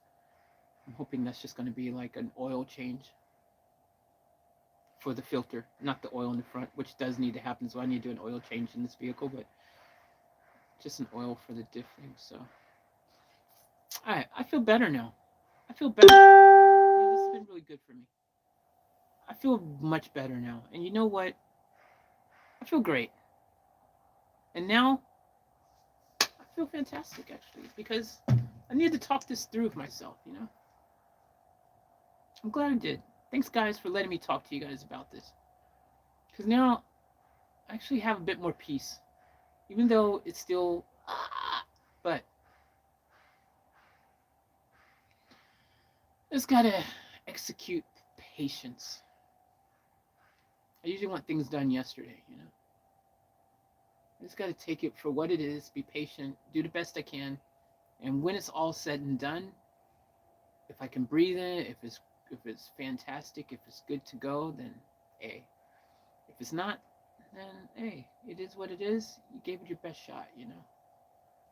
But yeah, I think I've come to the conclusion, the reality, which I already knew. If I want this done right, yeah, I just need to remove all this stuff. Everything needs to be stripped out, for better or for worse. For better or for worse. Because otherwise, it'll never be perfect. It'll never be perfect, anyways, but I need to make it as perfect as possible and protect it. So I don't want stuff freaking just, or, you know. All right. Good talk, guys. Good talk. Hey, live streams are unpredictable. You guys know. You guys been on the live streams. You know it's unpredictable, man. Like I might have a plan for a live stream, and by the time the stream is finished, it goes a whole different direction. That's like live streams are reflective of real life for me, right? You guys are seeing a glimpse of my real life. This isn't a clean, polished video where I say I'm going to do something, and then it's me editing pieces of the footage together to see only that thing that I said I was going to do happening, right? The live stream in real life, you have processes you go through during the course of doing whatever you said you're going to do, because your brain sometimes starts, you're in the thinking stage of, well, I don't know, is this the best route? Should I do this? Should I not? You go through stages. Everyone does, right? You sometimes question yourself. You start thinking, I don't know, is this, nah, I don't know. So you guys just went a live stream. I'm just not like other YouTubers, okay? Who, and not saying all other YouTubers are like that, but there's a lot of YouTubers who attempt to paint this perfectly glossy world where everything in their life is so perfect and peaceful, and van life is fantastic and all these things. And that's not how life really is, right? Like I keep it 100 for you guys. I keep it real. Like this is what's happening in my life. This is how it's going down, and I tell you guys, and you get to see it. I don't sugarcoat and pretend like it's something it's not. It is what it is. And I think you guys appreciate that, because you know that's something that I think it's inspiring for you guys. I know a lot of you guys get inspired by my content and things, but it's like inspiring because you see that, hey, yeah, I'm working through some things myself in my life, and yeah, that makes sense. You know, you guys see other people going through things, you might be having things you're thinking about and second guessing, or seeing that, hey, it's not just you that second guesses things, or have, I sometimes feel like maybe I need to take a different path, or you know, it happens to everybody, guys. So all right, with that being said, enough of the chitty chatty chit chit. um, let's freaking um, yeah, let's get some stuff happening here. All right, so what I'm gonna do is there's doesn't seem to be a really great place to put the camera where you're gonna be able to see every single thing that I'm doing right now. Um, so you're either gonna see part of it or you're gonna see not part of it. So because I need to carry, for starters, I'm gonna carry a bunch of this stuff over to the car. Maybe it's better to see the end part, and maybe that's better. All right, I'm gonna carry some stuff over to Van Diesel and stuff. Put that over there, and then now my new plan of attack. So what we're gonna do is, so this is my plan now. Okay, I started late today. It was my fault, but that's what happened. I started late today. It is what it is. But my plan is I'm going to tomorrow, bright and early, first thing. So be on the lookout for that, because my plan tomorrow is to start a live stream super early. We're going to get a heavy start. Hopefully it's not raining. They're saying it's going to rain and stuff. I don't intend to let the rain stop me from doing certain things that I can still do even if it's raining. I prefer it not be raining, but if it is, right? I'm still going to soldier on. But what we're going to do is we're going to We're going to remove all these sponges and stuff. I'm going to have my vacuum ready to go. The battery's still charging, unfortunately, but we're going to remove all of those sponges. We're going to then take the van out tomorrow early in the day, and we're going to drive out to the other storage unit. I'm going to take out the things in here that I feel like, that I want to hold on to and keep. And I'm going to put them in that storage unit, okay? That's what I'm going to do. I'll put them in that storage unit. And things that I'm not sure of if I want to keep or not, but just for better than to have it in the way right now, because there's stuff in the way right now. It's making it hard. There's a reason why stuff is in the way right now that wasn't originally in the way. Stay tuned, because tonight you'll find out why. I'm going to have that video that explains a lot. That's going to go live today. It's going to explain why there's so much stuff just scattered in Vanormous suddenly. You'll get it. You'll know. You'll figure it out. So watch that video. That'll be coming up within 6 hours from now. It'll go live. Okay? Probably 11:45 p.m. Australian time, or sometime from now and then. I don't even think it matters what time I upload it, because most people just watch things when they can watch it. But look out for that video. That will happen. That will explain a lot. And then, but yeah, I got a plan now. I think I needed to have this talk with you guys now. Like, it helped me talking it out. Just letting my thoughts flow and getting it out of my system, and once and for all, just kind of confronting all these things that I have going on. And I think it's helped me being able to just say it out loud to you guys right now, because now I feel like, okay, look, just go for it, and if it takes freaking a super long time, does it really matter? You still got somewhere you can sleep. You still got a roof over your head. You got everything that you need, and just, step by step, just day by day, moment by moment, just go with the flow. And I'm really feeling good about this. I actually feel really motivated and really excited. Unfortunately, a lot of the day has escaped today. It's just been one of those days, but now we have a really solid plan for tomorrow. I feel like tomorrow I'm going to tackle this and hit it hard. And I was going to do that today, but I did start late today. But I'm ready tomorrow morning to just dive in. I feel pumped up and really good about my thought process now. So that's what I'm going to do. I'm going to come tomorrow with that mindset. Today I was just a little bit, one of those things. It happens. All right. Good talk, family.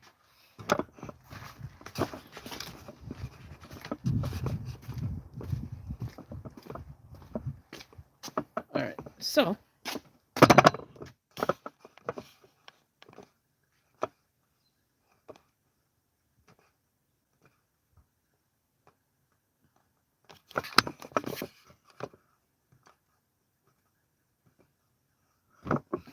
all right. Oh, I did not mean to do that.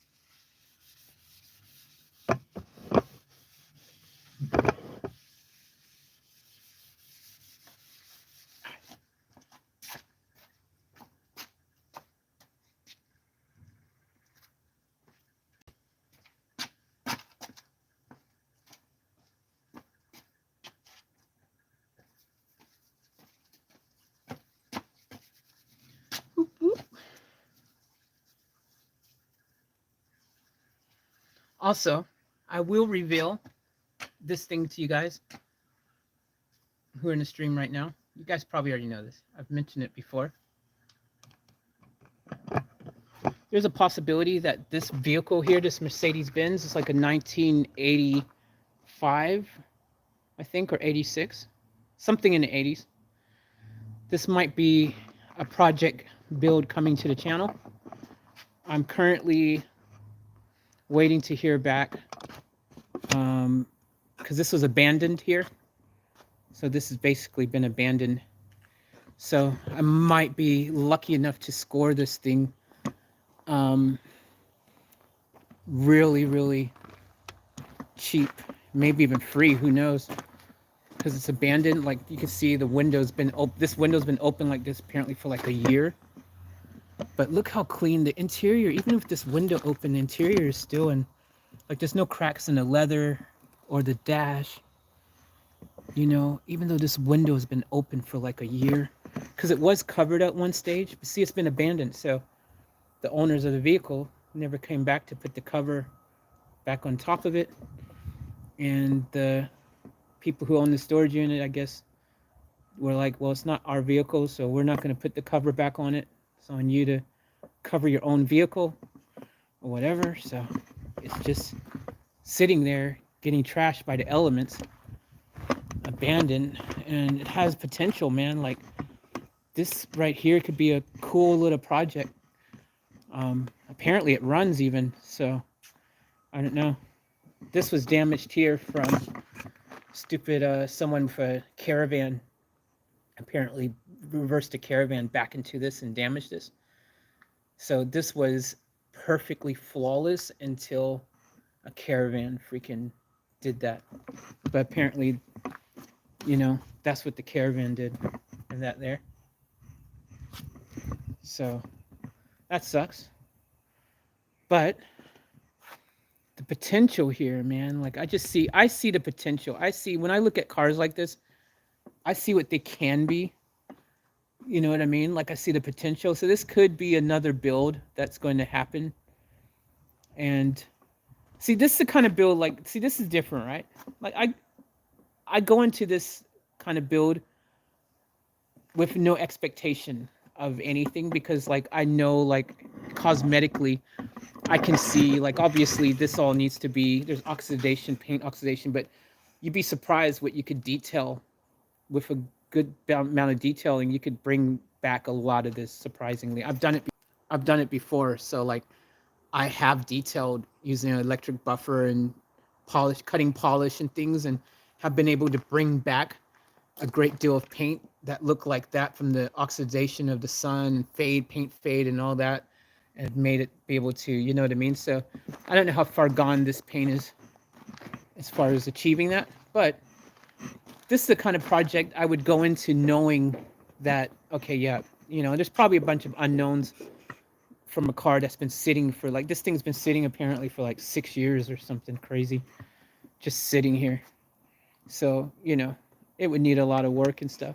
It's a kind of different thing than this one. I just kind of, like, you look at this, you can see visible, like, the rustings. Like, this car has no rust, surprisingly. Now, that's, the rustings scare me. Rust stuff scares me because I know it's ongoing type of thing. This is a good example. See, the rustings are ongoing. I know every year or two I'm going to have to do it unless I can cut out stuff and completely get rid of the rust. It'll always come back otherwise. But this, there's no rust. There's no rust. So once I fixed the paint on here and did all that, I wouldn't feel like, oh, I'm going to do that again in a year. Do you know what I mean? So that's what I mean. That's a good example of what I mean. Like, this thing surprisingly is, it's pretty clean. It sucks that trailer, like, this is all from the trailer. You can tell it's all from the same thing that trailer did. So that just sucks. But yeah, this thing's just sitting here abandoned, bro. Like, potential classic. This is a classic piece of automotive history here, man. Like, you know what I mean? And I can see the potential, what this could be. You know, imagine this thing lowered, freaking some sexy wheels, tinted windows, freaking painted jet black or something, like have a gloss black or something crazy. Freaking like this thing could look like a mafia vehicle, man, from the old mafia movies. Like it could be cool, man. I don't know. It kind of excites me. I just think it's kind of cool. I don't know.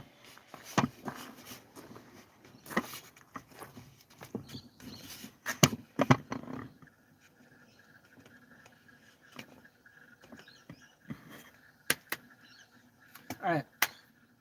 Good talk, guys. Good talk. All right. So let me go get that food and stuff out of here. I'm gonna get that stuff put over here. What I need to put over here, and then I'm going to freaking um. Oh, that battery's finally charged up. That's good. Is it? Oh wait. Oh no, it's an error. Did it charge?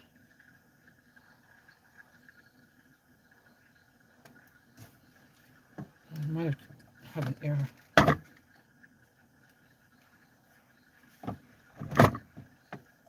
Let's see.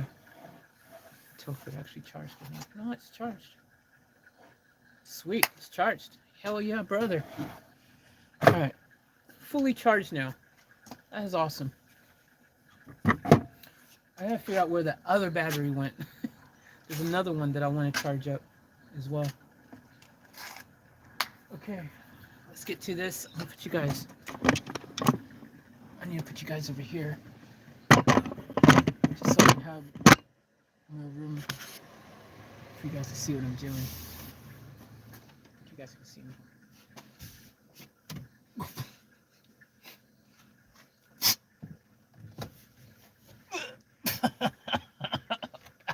Okay, that's a fail.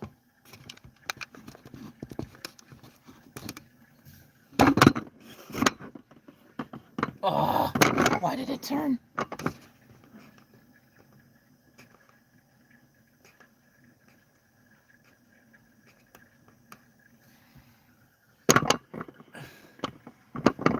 There we go. Ugh. Where's your assistant? I don't have one. Boom.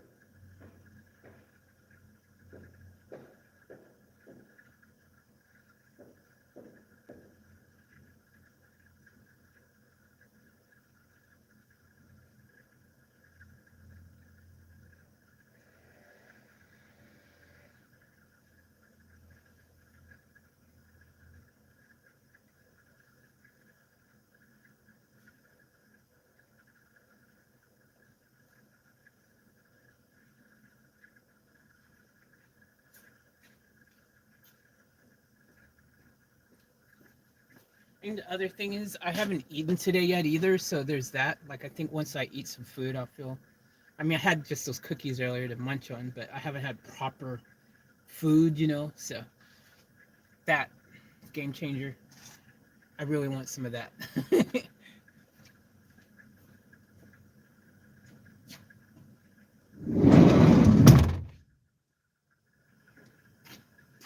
Oof, I thought the camera was going to fall when I did that just now.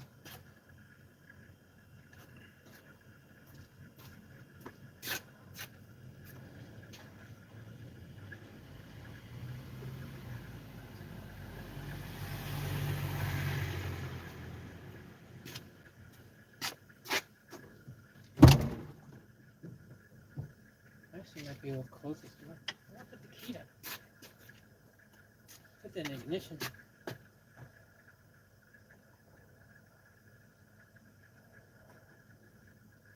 Speaking of key and ignition, You guys heard about what happened to R. Kelly?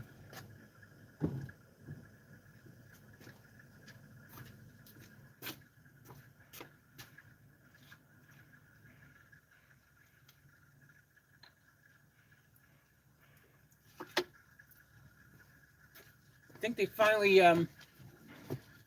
he finally got convicted, allegedly. Washing my hands. I think he got convicted of all the charges, not even like some of them. I think all of them, dude. Trafficking, um, freaking sex trafficking. The reason I didn't say it because they will take the ad thing away, limited ads or something when you talk about stuff like that. I don't know.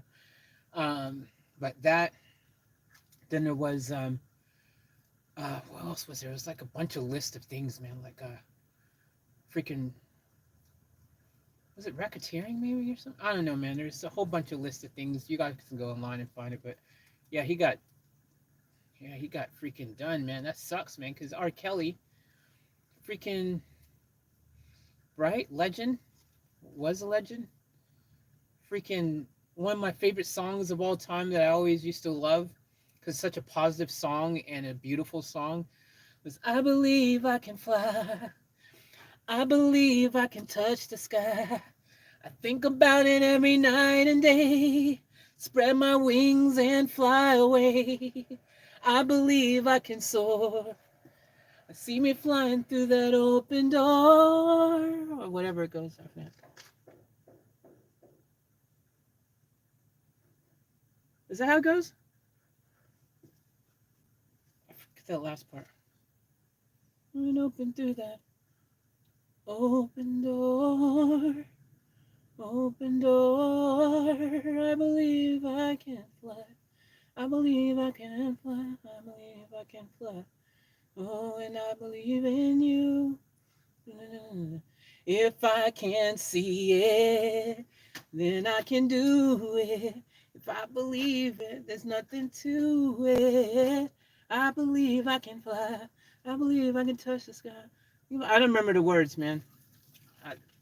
But y'all know the song. Anyways, that's a dope song.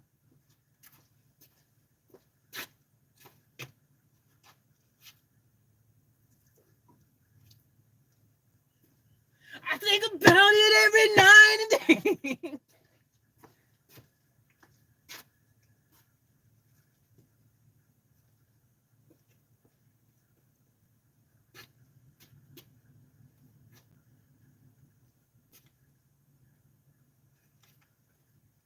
Jeez, man. I ain't freaking. I haven't singing ages. Worst singer in the world. Yeah, I don't sing. I don't sing anymore, but it's like I'm a singer that doesn't sing. That's not good. I need to start freaking performing, recording more new music, singing, rapping, doing all the stuff that you guys know I do, or the guys that know I do it. No, but I need to freaking, yeah, I've been neglecting my music, haven't I? If you don't use it, you freaking lose it.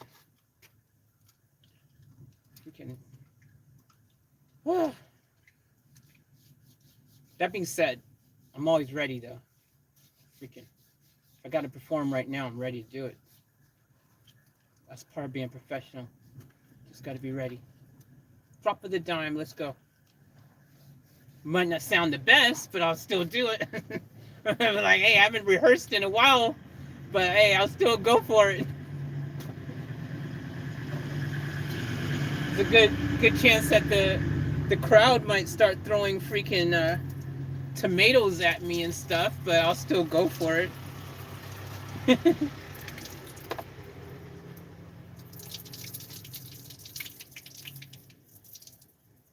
See an open door.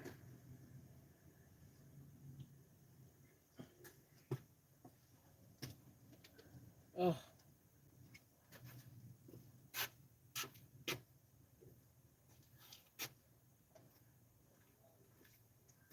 We're gonna freaking have like, I'm just trying to figure out what I'm gonna have for dinner tonight. What I'm gonna cook for dinner. Some vegetables, definitely. Vegetables.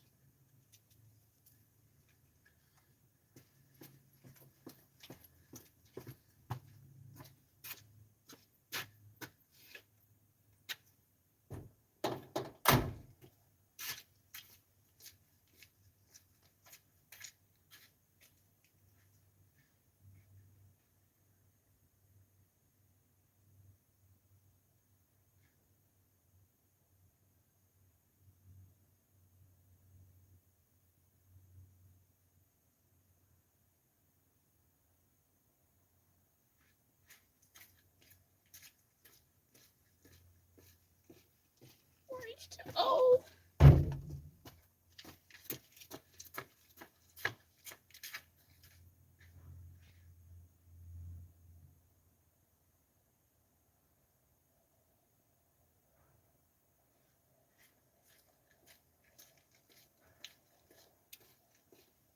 I know there's probably like a quicker, easier way to do this, but the more steps I put in, the more exercise, you know what I mean? So this is my workout.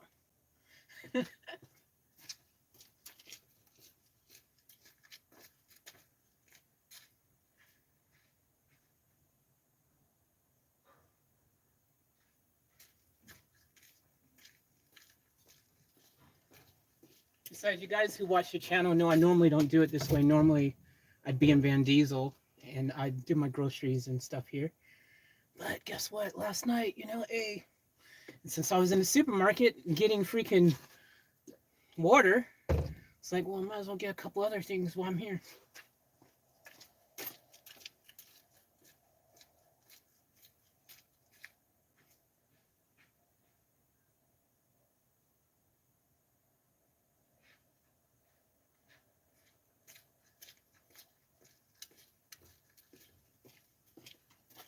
So, got on my water.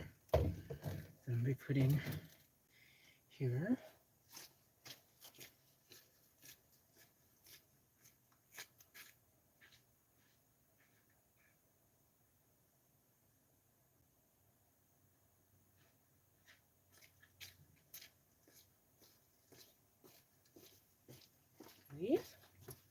It's my hand wash water.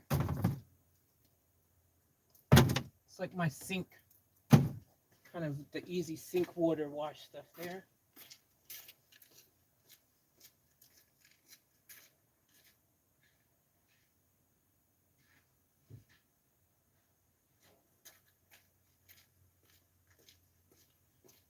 And prematurely, I'll put a couple in Van Diesel because I know I'll want them and I'll one day be like, why didn't I put some in there?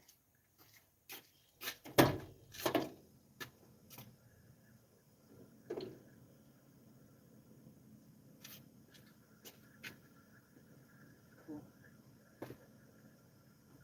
So this is some for Van Diesel.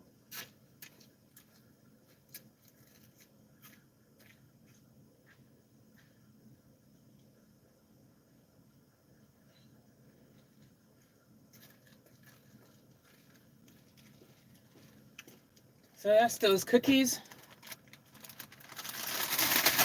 Put them in here.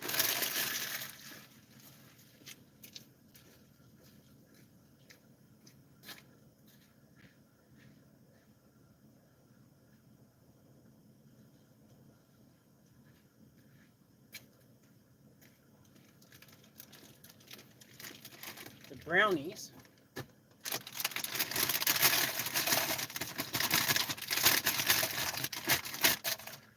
Yum. So Mr. Brownie.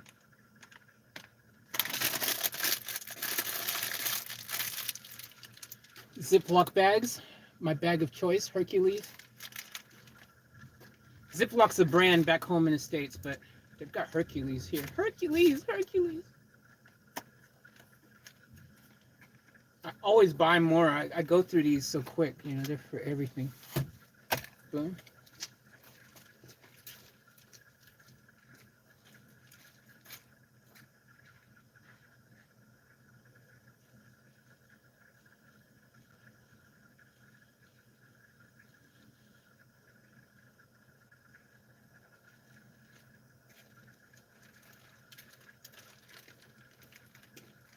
Got some more baby wipes. These are the best ones on the market right now. They're called Simply Water. And these are supposed to be only water, but there's not. There's some type of soap in there. Because when you use them, your hands get like soaped up really well. But it's supposed to be 99% water in these. And I like them because it's supposed to be 99% water, but they're super wet and moist, right? Unlike a lot of baby wipes seem a bit dry and stuff, but these are like super wet and moist. And you get a good hand soap that they put on. I don't know what soap they put on it, but and these are supposed to be soap and paraben free. Thick cushion, soft, alcohol free, and pH balanced.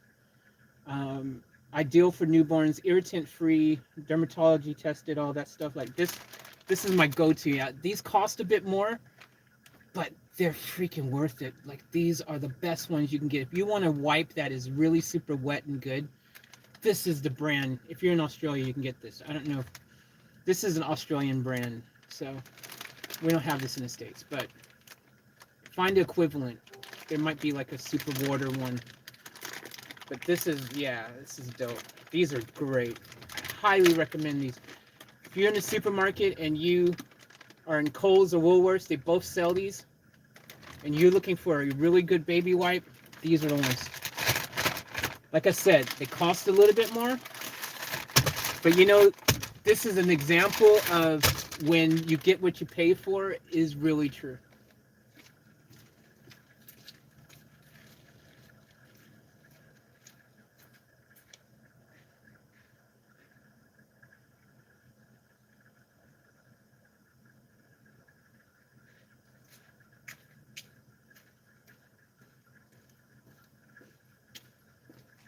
My favorite orange juice in a box, Golden Circle, 100% OJ.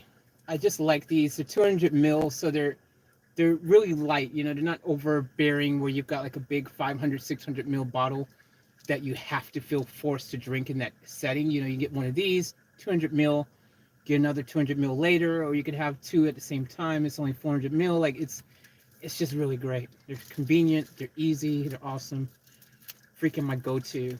Tastes good too. Like some OJs don't really taste that great. This one has a nice taste to it, and 100% the good stuff. No artificial crap. You know, it's just real, legit OJ. Boom.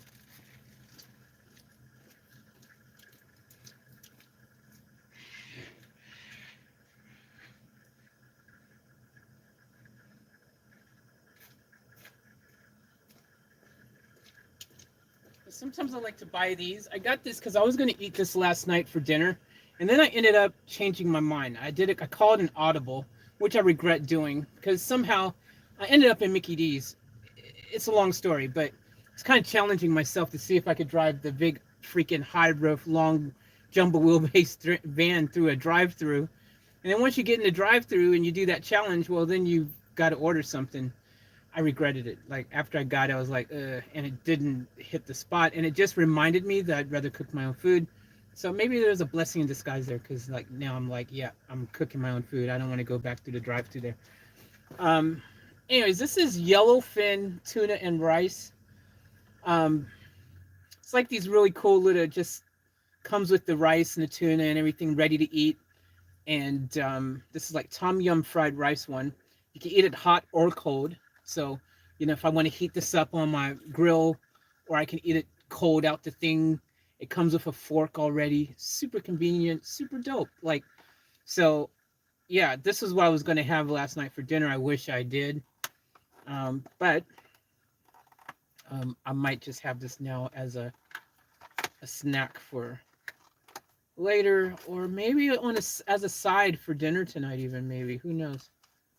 But yeah, it's just great. The fork comes in paper, so it's not like it just comes like exposed. Like it's just packaged really well.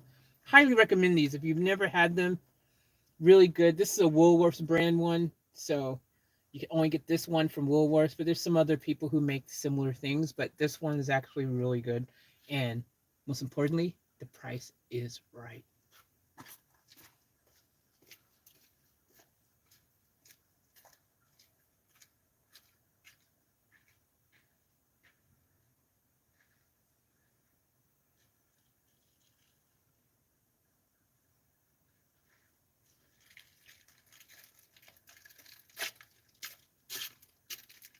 And topping the list off, more cookies. This is the big size, regular size of the small mini ones, the gluten, no gluten, the free from gluten ones. Um, they only come 9 in a pack, so they they're kind of pricey for what they are, right? They're $2.70 for 9 cookies, and if you're like me, those 9 cookies will be gone in one setting. But they're ingredients wise, I buy these because of the ingredients list. They're not necessarily the best chocolate chip, but ingredients wise, it's free from things like palm oil and all kinds of stuff that if you're like me who don't want palm oil or coloring, gold coloring crap, whatever, all that stuff, and you want to have the healthiest possible cookie that you can have without being completely healthy, then this is, or completely not healthy, I should say, but you still want the chocolate chip cookie experience. Well, you go for something like this. Highly recommended though. They taste pretty good for what they are, and I've even heated them so they heat up okay. You can warm them up and make them a little bit softer. They taste great. Either way, or put them in the freezer like I do as well. Either way, they're good. They're fun. I don't have a problem with gluten, for the record, so don't think because I've got free from gluten crap that I'm one of those people claiming I have gluten issues or something.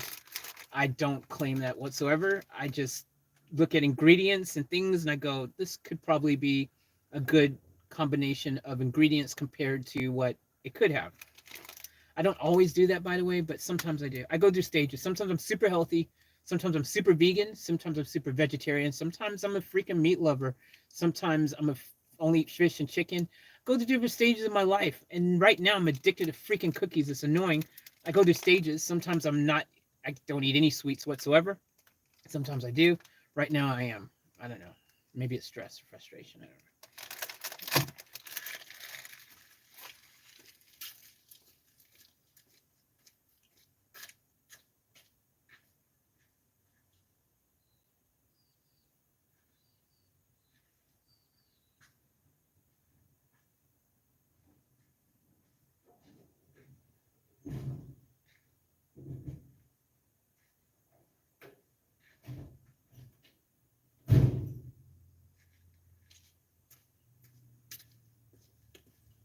That's all she wrote for now, though. All that stuff I've put away. So, wash my hands real quick, put the stuff away, and then lock Vanormous back up.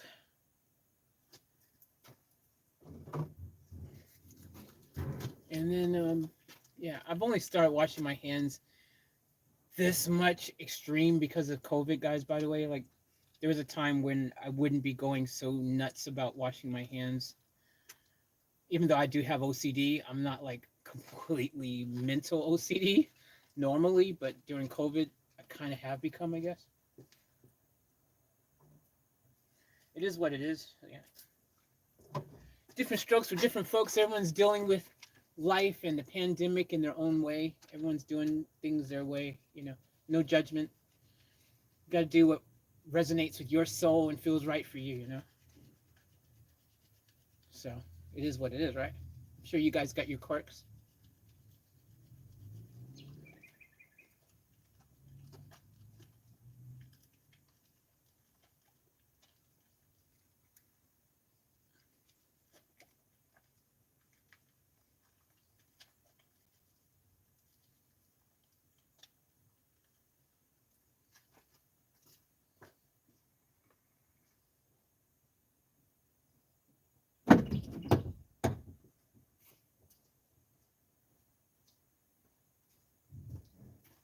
So I'll lock everything up.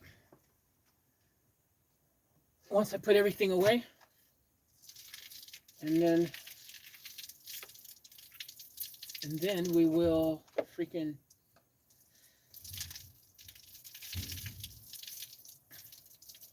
then we're gonna go and cook some dinner.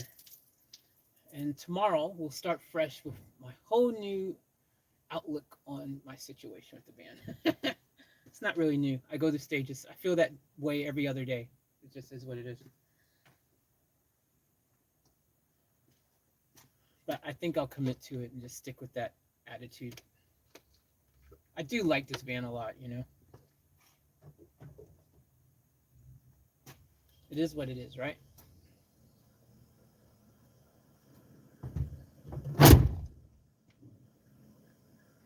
Yeah.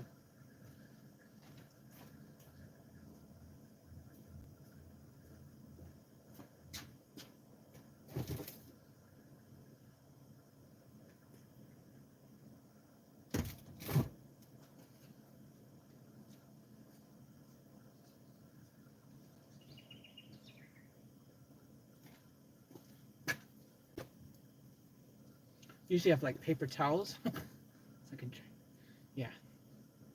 Nope. My pants are gonna have to be a paper towel right now. Is what it is. I'm sure you guys have wiped your hands in your pants a few times in your life.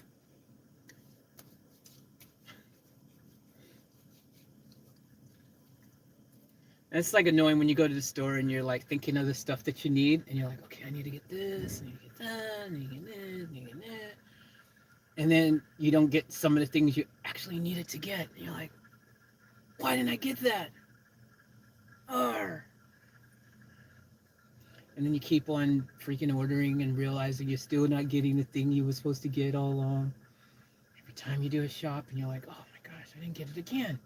What the freak, Faith? Arr.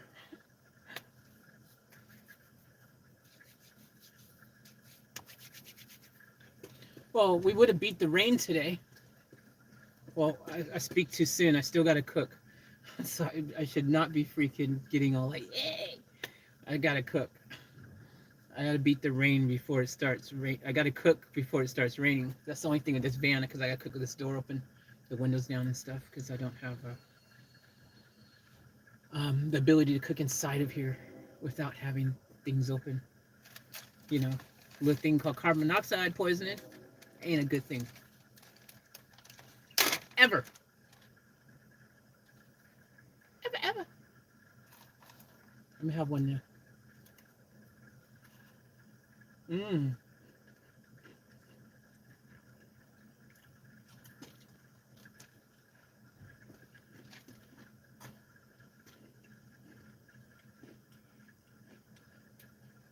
Mmm.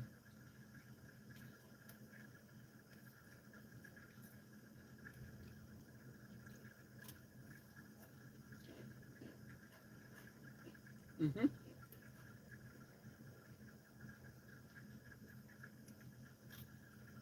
I have cleaner on my hands still.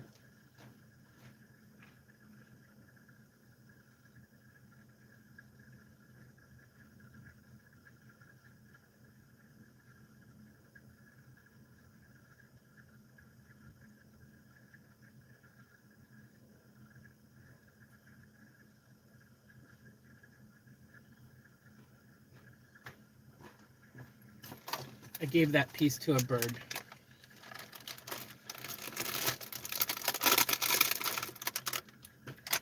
Birds don't worry about stuff like that. Like, I'll eat your poo. I don't care if it had cleaner on it.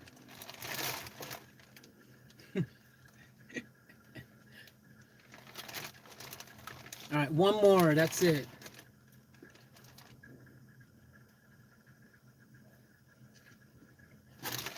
Mmm.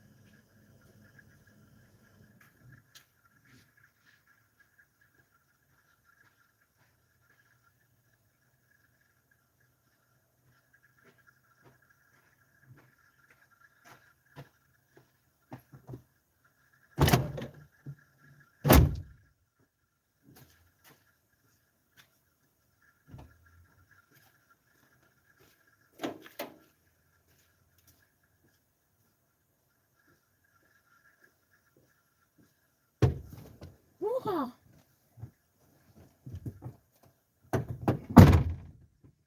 right, guys, give me a second. Oh, mosquito.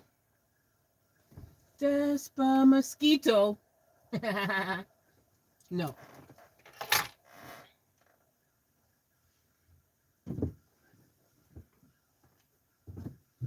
Give me a second, family. I'm a-coming. I'm a-coming. I'm a-coming.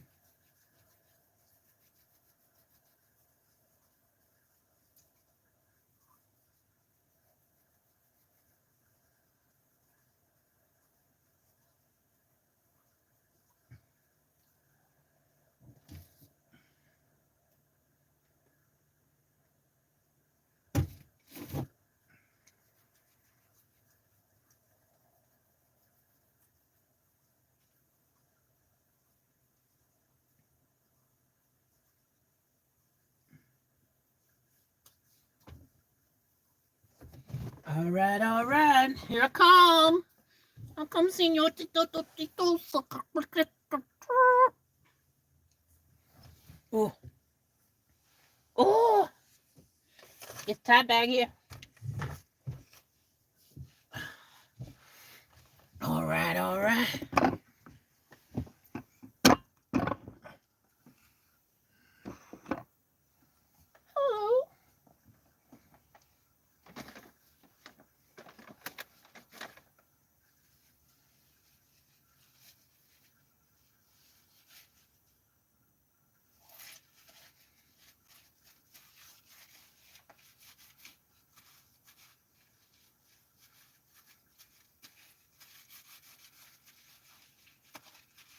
See what I mean by these wet wipes? Look at this. Look how well these lather up, bro. They're so wet. And like, whoa, dude. If I squeeze this, look at that.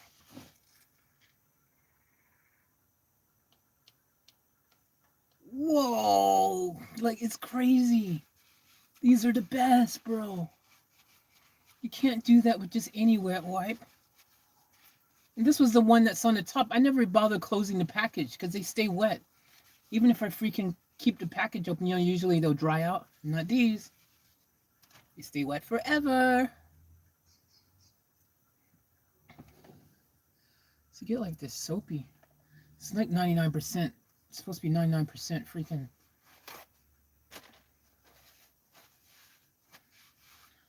water, but that 1% not soap that they put in there is freaking very soap-like. Sure, they got something in there. Whatever that 1% is, freaking hell.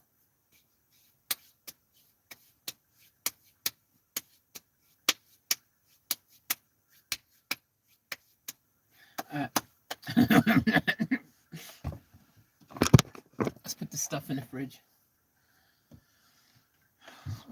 Well, as much as we can, because I do already have some water in here.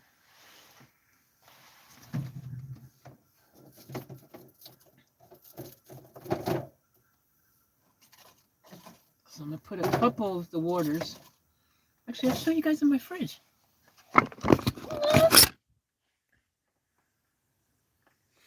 Inside the fridge. Those waters were there. I just moved them. I moved this up here, but I've got my juice boxes up here. My OJs. Right.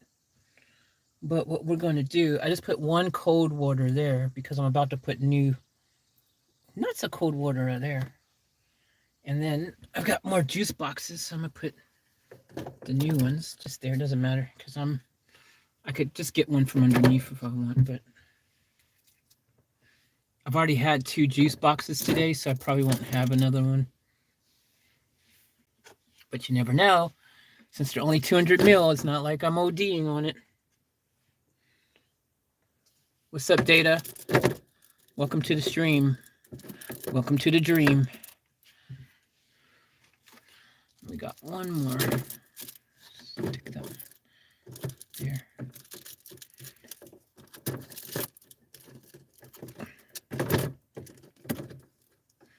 That'll have to do. I'm gonna get this water. Go in there. This is a 74-liter fridge.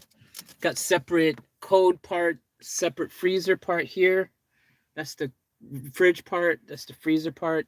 They have separate temperature gauges. Like I can make both of these freezers if I want. I can make both of them cool if I want. It's pretty dope, man. Like it can go from minus 18 or something to like 15 or something, I guess. I don't know. But you could do that with both sides. As you can see, we're not going to be able to. And another tip for you guys, fill your fridges up as much as you can. The less space you have, the better, because then it'll cool more. You know, it will keep things colder, and it won't. Your fridge won't have to run as hard. Little tip. So that'll do. I could just try to stick this other one in. So that side is done, and then there's a latch on the front. I just like put it on anyways. I like the blue lights in these. These are dope. And there's the other side in here. So you can see I've got some food in here.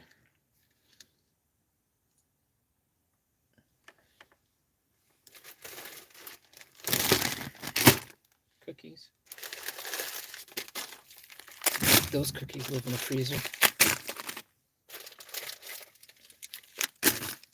I'm gonna put one of these brownies in the freezer and have it frozen. Tastes nice frozen.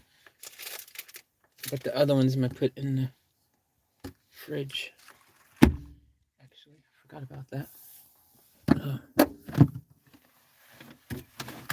So we're gonna put. They can just be anywhere. It doesn't matter. Oh. Just like that. Normally I would have put them over here. Oh wait, I could. There is space. Okay, I wasn't paying attention. I didn't realize I did have space over here to put them. I thought it was too full. There we go. That's better. That's more organized.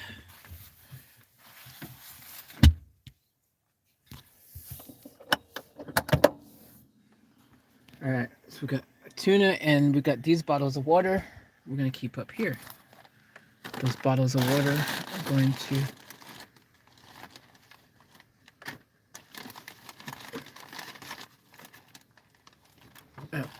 more Ziploc bags and stuff here. I never realized how many I have because I usually go through them so quick. What is that? Oh, for what? Okay. I don't know why that's there. Let's see. I'm going to use those up. Alright. Let's see if we can. Whoa.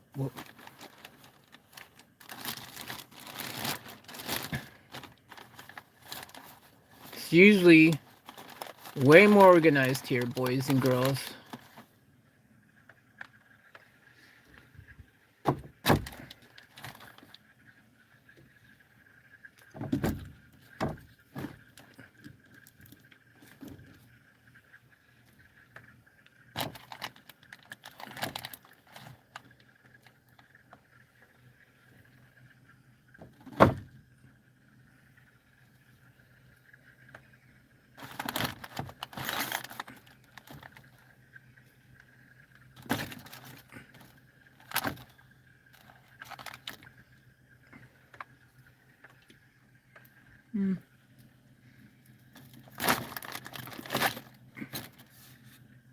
That'll do.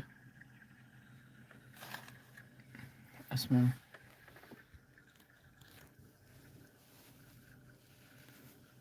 Why's everything so messy? I gotta leave that there for now.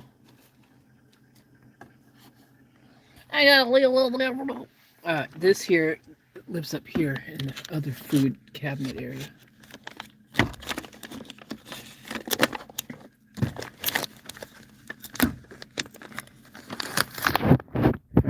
fit. There we go. That's up there now. And we'll keep the spork. I'll put it here. Normally all my forks live over there, but I'll just keep that one there. Oh, more Ziploc bags.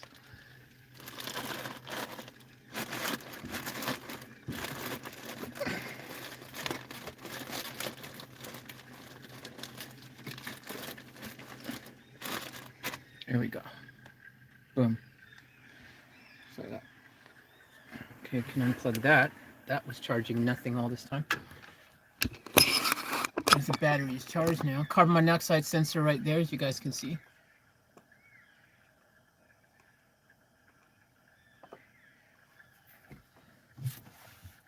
Oh, wet wipes. They live under here. And the stool.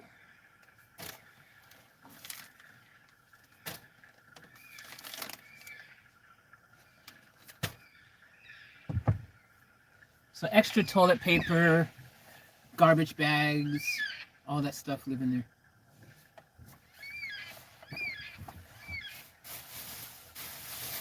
And it's perfect for that. And to sit on, of course. And trash. Empty out my little roasting tray of trash.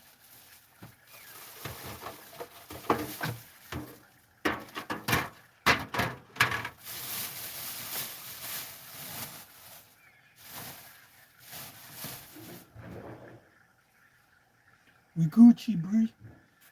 Alright, I'm gonna put this freaking, unplug this freaking charger and stuff. Let me think about it. I probably need to charge up my laptop. I might leave this plugged in for now, this inverter. Charge up my laptop. I'm gonna need that tonight. Take my keys to Vanormous.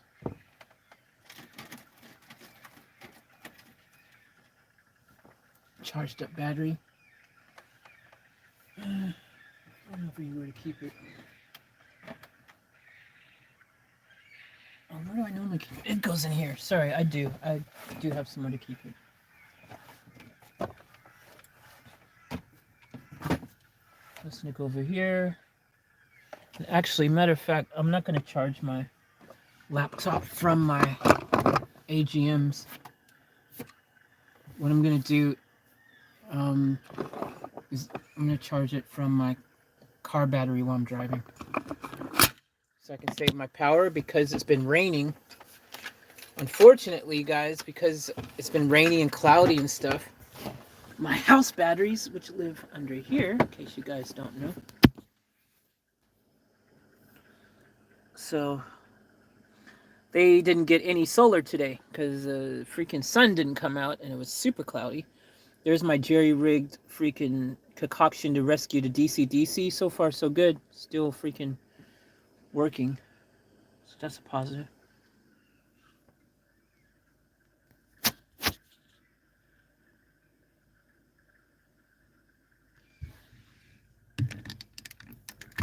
Put you guys up here.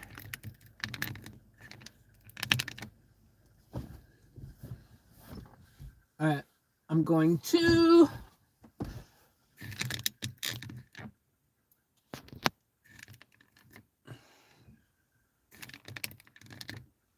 man, time flies by. Like, man, today went by so fast. Jeez. Jeez Louise.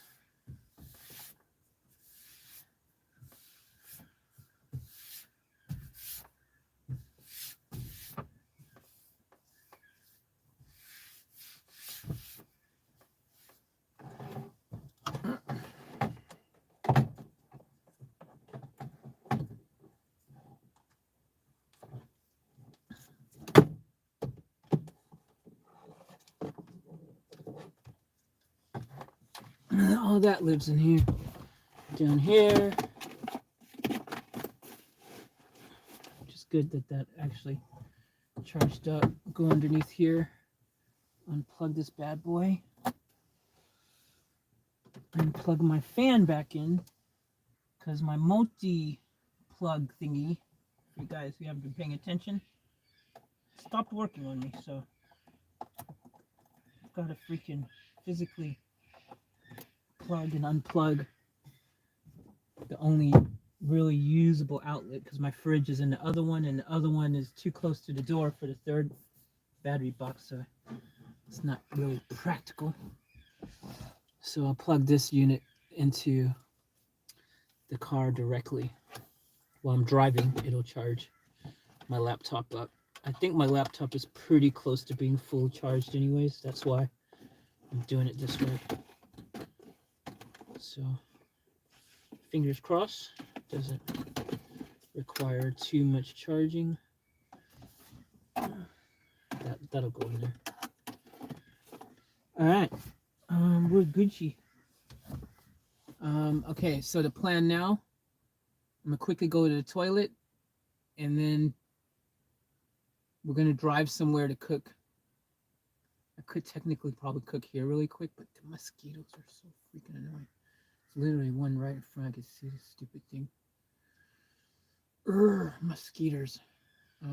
Plus it's getting dark, and yeah, if I cook here, I'll have darkness, complete darkness, and mosquitoes. I want to park where there's a little bit of light coming in from a street light or something. You know what I mean? There's no street light here or anything.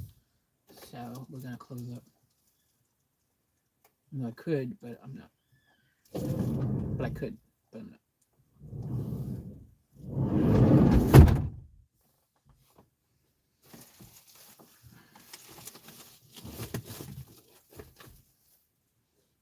I have to mute you guys for a second. Bear with me. I'm going to the toilet.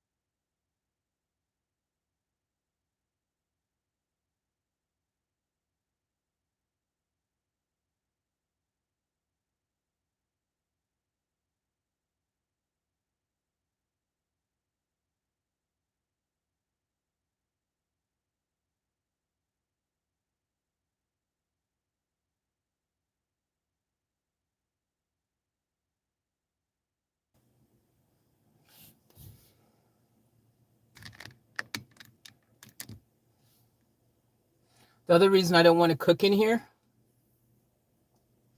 because it's near closing time, and I don't want to lose track of time and get stuck in here, because you'll get locked in here. I've had it happen, so don't want that happening again. Don't want to be trapped anywhere, bro. All right, let's get it. Everyone should be locked up and good. I think I've triple checked that.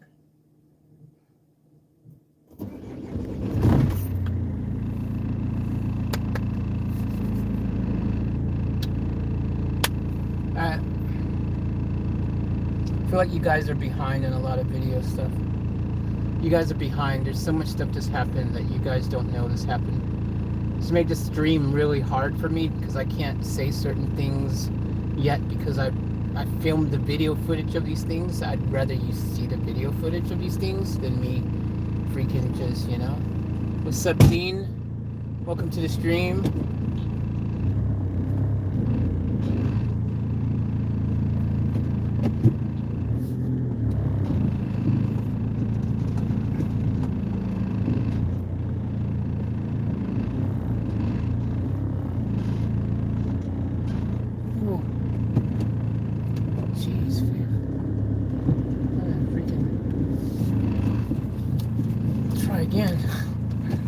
That corner too freaking.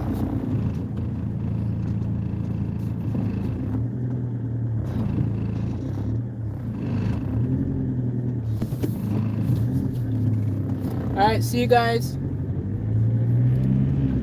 Say goodbye to the vehicles. See you later.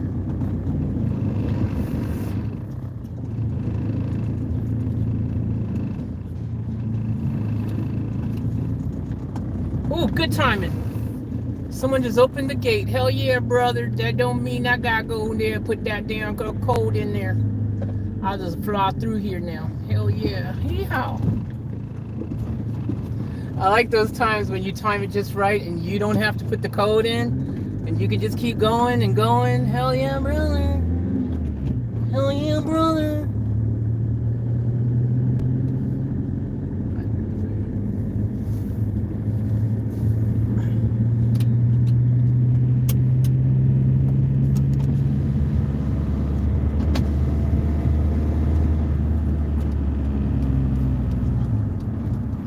Alright, so we're gonna go find somewhere to park. Oh, that's cute. Oh, look, cute little Volkswagen. It's a new one, it's different. You guys know the Volkswagen Up? Have you guys heard of that one? Maybe it's an electric vehicle or something. I've just seen one for the first time. I've never seen it before. Oh, lovely. Alright, so we're gonna go and find somewhere to park to cook our dinner. Dinner, chicken winter dinner. Ooh, chicken. Lots of vegetables. I mean, a ton of vegetables. My body's like, yo, get that vegetable on, yo. Data goes, always wanted to drive a Beetle. Yeah, me too, Data. I actually have a fascination with Beetles. It's one of those kind of cars that, like, I don't know, something about them. I think it'd be really fun to do one up as a project because I've seen a couple really sexy Beetles done up. I was like, ooh, okay, I see you. They got potential, man. Like, they got serious potential. Like, okay. So, I don't know. But yeah, absolutely. I feel you on that.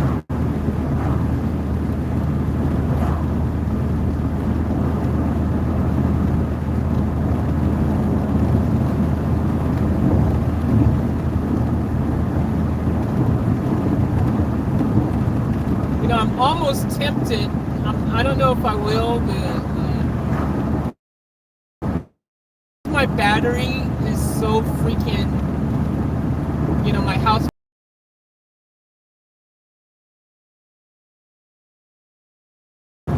is so low right now drop in the thank you so much. Appreciate that. Domo arigato, sir. I think one of the things, like, because my battery is really, really low, and I need to go on a big drive to charge it up, so it's going to be cloudy again tomorrow and rain and stuff over the next 2-3 days. I'm almost tempted to go drive somewhere like an hour away or something, or, you know, yeah, maybe about an hour. I don't think I need to go that far, but maybe about an hour, 2 hours tops, and charge my system up really well, and in the process go camp somewhere else overnight, because the area that I've been camping at lately, that's the area closest to where my vehicles are and stuff, has been really, really freaking jam-packed. Like, it's super packed there. Last night I couldn't even get parked there whatsoever, so I ended up just parking randomly in some freaking random car park. And so everyone's parking there, and they're doing repairs to it now. It's like renovating, so it has even less parking than it normally has. So it's like, it's a pain in the butt. So I'm thinking maybe now would be a good time to maybe go and drive and park somewhere else, you know, a bit far away. It's been a while since we've gone away, hasn't it, guys? We haven't gone away for a while. I mean, look, I still want to come back and work on the car and stuff, you know, the van, and do all these things tomorrow. Oh, school holidays, Jazzy? Okay, well, that explains that. You know, I still want to work on the van and do all this stuff. Like, that's why it's like, if it's only an hour, if I only drive an hour out, it's not a big deal. You know, like, an hour, what's an hour, right? Like, commute an hour to work all the time, people do, you know, freaking hour, 2 hours, whatever. Like, it's not a big deal to drive an hour somewhere to camp tonight. So I'm thinking, if I do that, at least I can drive away from this area where I know I can't get a good camping spot at the regular camping place I like to camp at. Let me emphasize, because obviously there's a million places I can park, especially in this van, because I can be very stealth in this van, because it's a lot smaller than, you know, like the other vans. But I'm thinking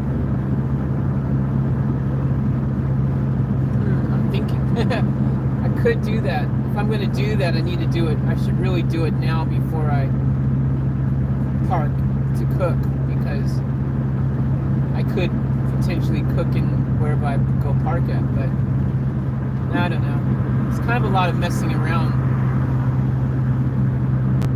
You know what I mean? Because, like, the only thing that sucks, like, depending where you go, so some camp areas and stuff, like, the internet's not that great. You know, you don't get really good internet reception, stuff like that. And I've got videos that I need to upload for you guys tonight and stuff. There's a lot of stuff I want to do, and it makes it hard to do it if you don't have good internet. So there's that. So I don't know. All these things, like, seem like great ideas until I start thinking about what is on my plate, you know, what I want to do tonight and what I want to do tomorrow, and then driving freaking, you know, somewhere freaking far away. Yeah, Dean, I've used Wikicamps. I've got it. I've used it a couple times, but like now I kind of, you know, after a while of doing, you know, I've been doing this for a while now, like, you know, we're probably going 7 months now of doing this. So I'm starting to really know where all the areas are now, you know, like you just kind of start knowing them. It becomes like a little bit of a circuit, you know, where you kind of just know the game, and you just get on this kind of circuit thing, and you just go where, you know where to go after a while, you know what I mean? Like, because you just get used to, you know, all the places within freaking 4 or 5 hours of you, even, you know. Well, actually, for me, I'd say within freaking 12 hours, even 12, 20 hours, I'd probably know pretty good the lay of the land. Do you think it's worth a purchase? Man, I used a free one, Dean.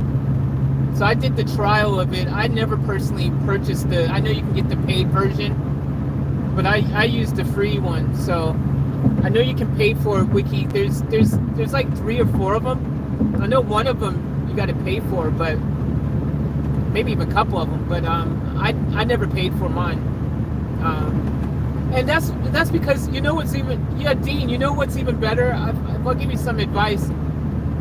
If you start going around, like just driving around, you'll start to know and find where these areas are anyways. Like there's tons of signage. Like a lot of places I found, I stumbled across.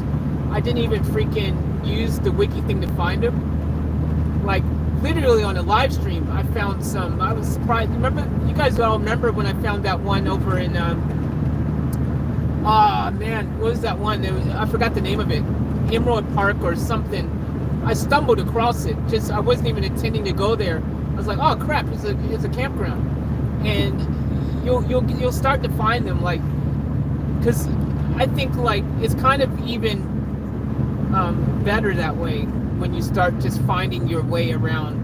It, like, you know, being an adventurer, you know, and you'll figure out and find where are the places you can park, and yeah, I like finding the free ones in particular. I've never gone to a paid campground. I don't think I ever will, because I don't see the necessity to do it. I could have seen the necessity,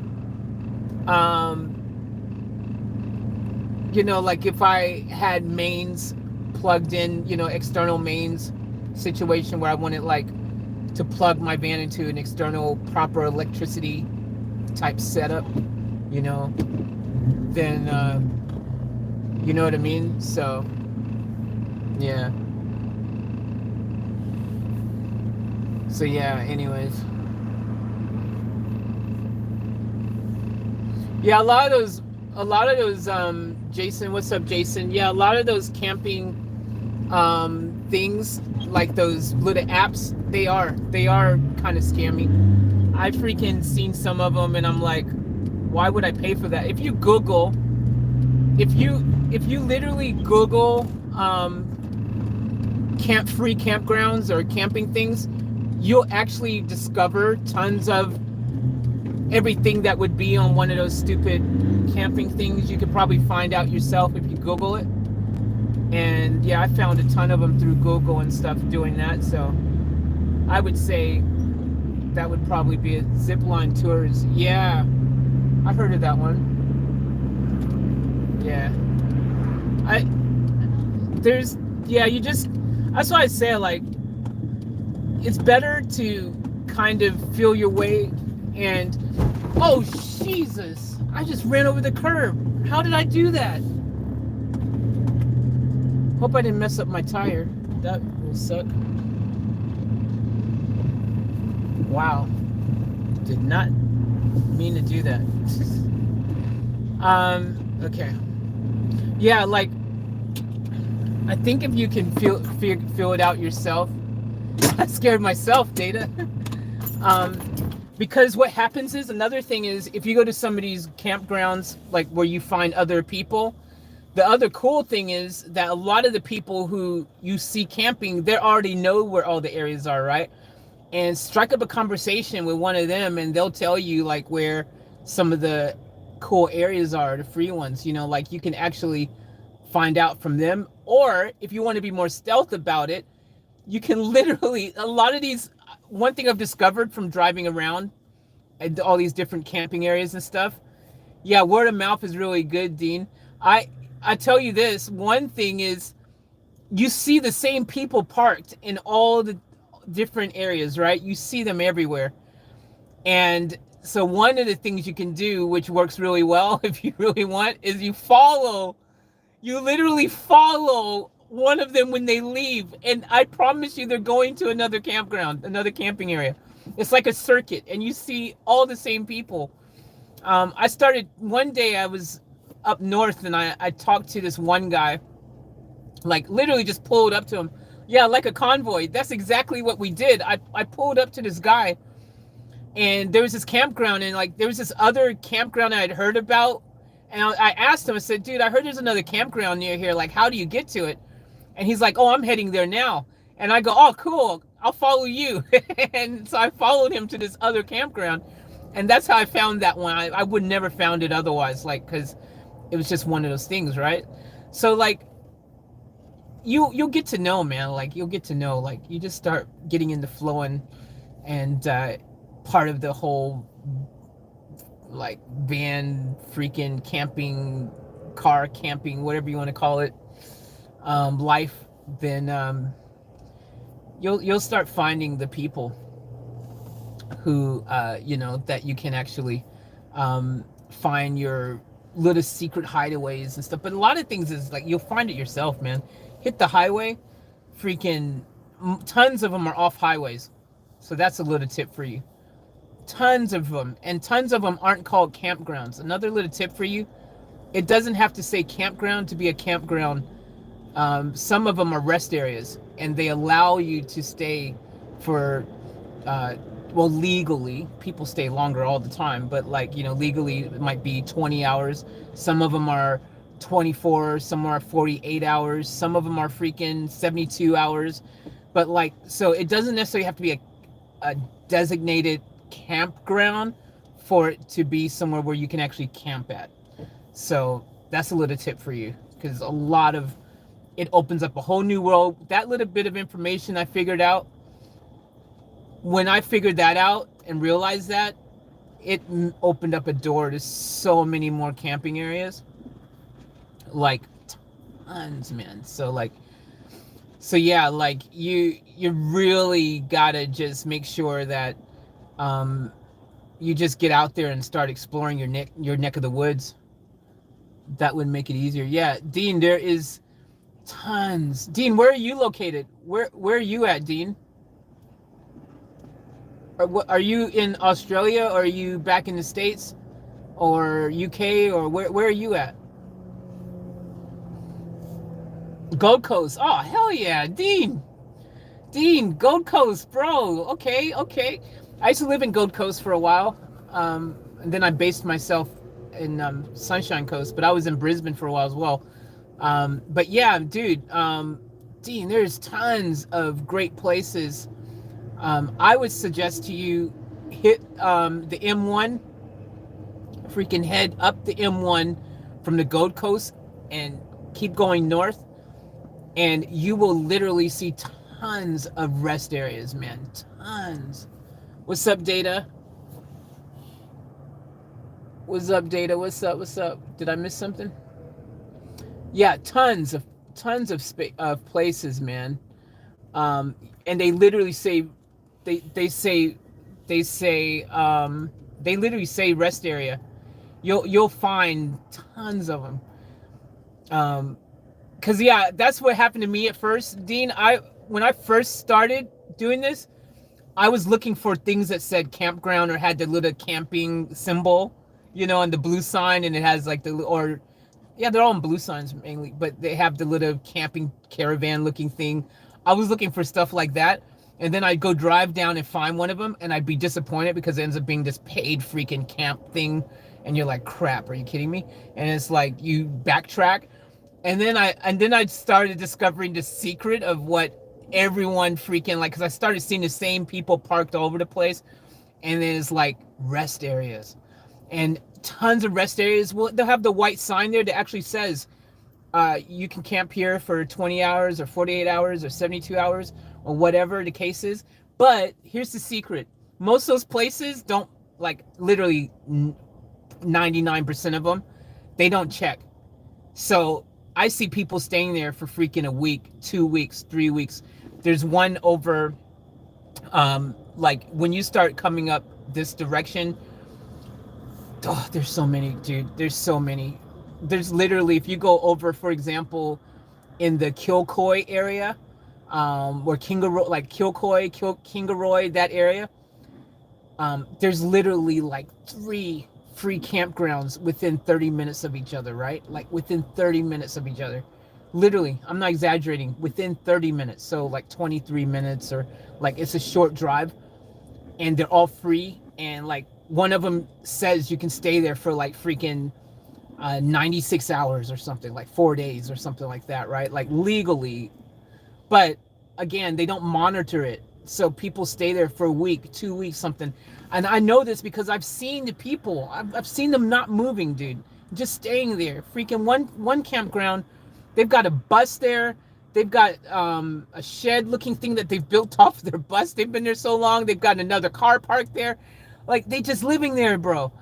There's tons of them like that, right? And the further up north you go, it's actually quite interesting. Like, the further up north you go, the more it seems like they're supporting van lifers or car, people who are wanting to camp out, whether it's just even just camping in a tent or a car or van or whatever.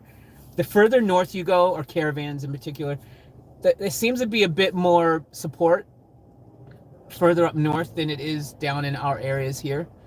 Like between Gold Coast and Sunshine Coast, there's not really that many options like between those areas. But if you go further up north or further inland, you'll come across tons.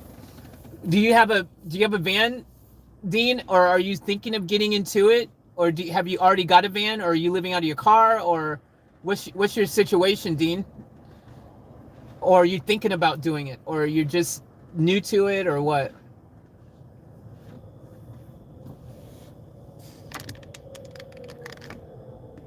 Because yeah, like it's the first time, it's like you're not sure where to park. It's a bit of a learning curve. I freaking kind of picked up a lot of things, like, good places to park outside of like rest areas, 24-hour McDonald's parking lot, stuff like that, 24-hour gas stations, 24-hour McDonald's. There's tons of good places like that. I've considered it. Just curious at the moment. Okay, yep, cool. Dean, I tell you, at first it's you got to get used to it. The first you'll be like, oh man, this is like, this is a bit freaking like, I don't know, you know what I mean? Like the first time you're like that, you're a bit like, oh, I don't know about this, because there's adjustments you got to make living in your vehicle, man. Like it's a whole different type of thing, but you can get used to it. Once you get used to it, it becomes easy. The first time it's hard because you're used to doing things like you would do living in your house, right? But after you make the adjustments and you figure out what works for you, because what works for someone else may not work for you, right? Like you watch these other van life videos and they're like telling you, this is what you should do, this is the best way to do this and that and whatever. And I just go, no, that's the best way for you. That doesn't mean it's going to work for me. So like I like suggest that if you do it, and you can do it without having a van, man. Like, I don't know if you've got a van or a truck or something right now that you can go out and have a little trial in it. But if not, man, go in your car. My first experience doing this was in my car, bro. Like if you go look at my early videos, they're on here. I documented it. Go look at my earlier videos when I first started, and I stayed in my Beamer, that white Beamer. You would have seen if you were in the live stream earlier. But my white Beamer, I stayed in that thing for like a week or two at first, and man, it was hard because it was like, not only was I having to adjust to that lifestyle, but I was doing it in a freaking E36 Beamer, so it was like super small, and there was a lot of space to maneuver. So it wasn't the easiest thing. It depends. There's levels to this still, right? So Dean, like, here's the thing. I'll tell you some really good juicy tips that will make it easier for you when you first start out. And it depends on you though, how easy or how hard this is, okay? Because it really is. It's a choice, right? For me, if it wasn't, the pandemic wasn't happening right now with the whole COVID thing and crap, it would be so much easier. It would have been easier. Matter of fact, if it hadn't been for COVID, I don't think I would have even worried about getting a van early on. Like I wouldn't even been stressed about it early on, because the little secret thing to do, and since you're in Australia, I can tell you this one's useful for you. Also, if you're in the UK, this little one will work for you as well. I don't think we don't got Jets in the States. I don't think. I'm pretty sure we don't. But Jets is a gym chain over here, and in Australia, they've got more locations than I think anybody else. Like they're everywhere. Jets is all over the place. And Jets is better than a lot of other gyms and stuff because their facilities are really, really super clean always, usually super new, and their toilets and their showers, they usually have it where, like tons of ones that I've sauced out, they've got somewhere the shower is separate from the toilet. So you can go in and have your own private shower.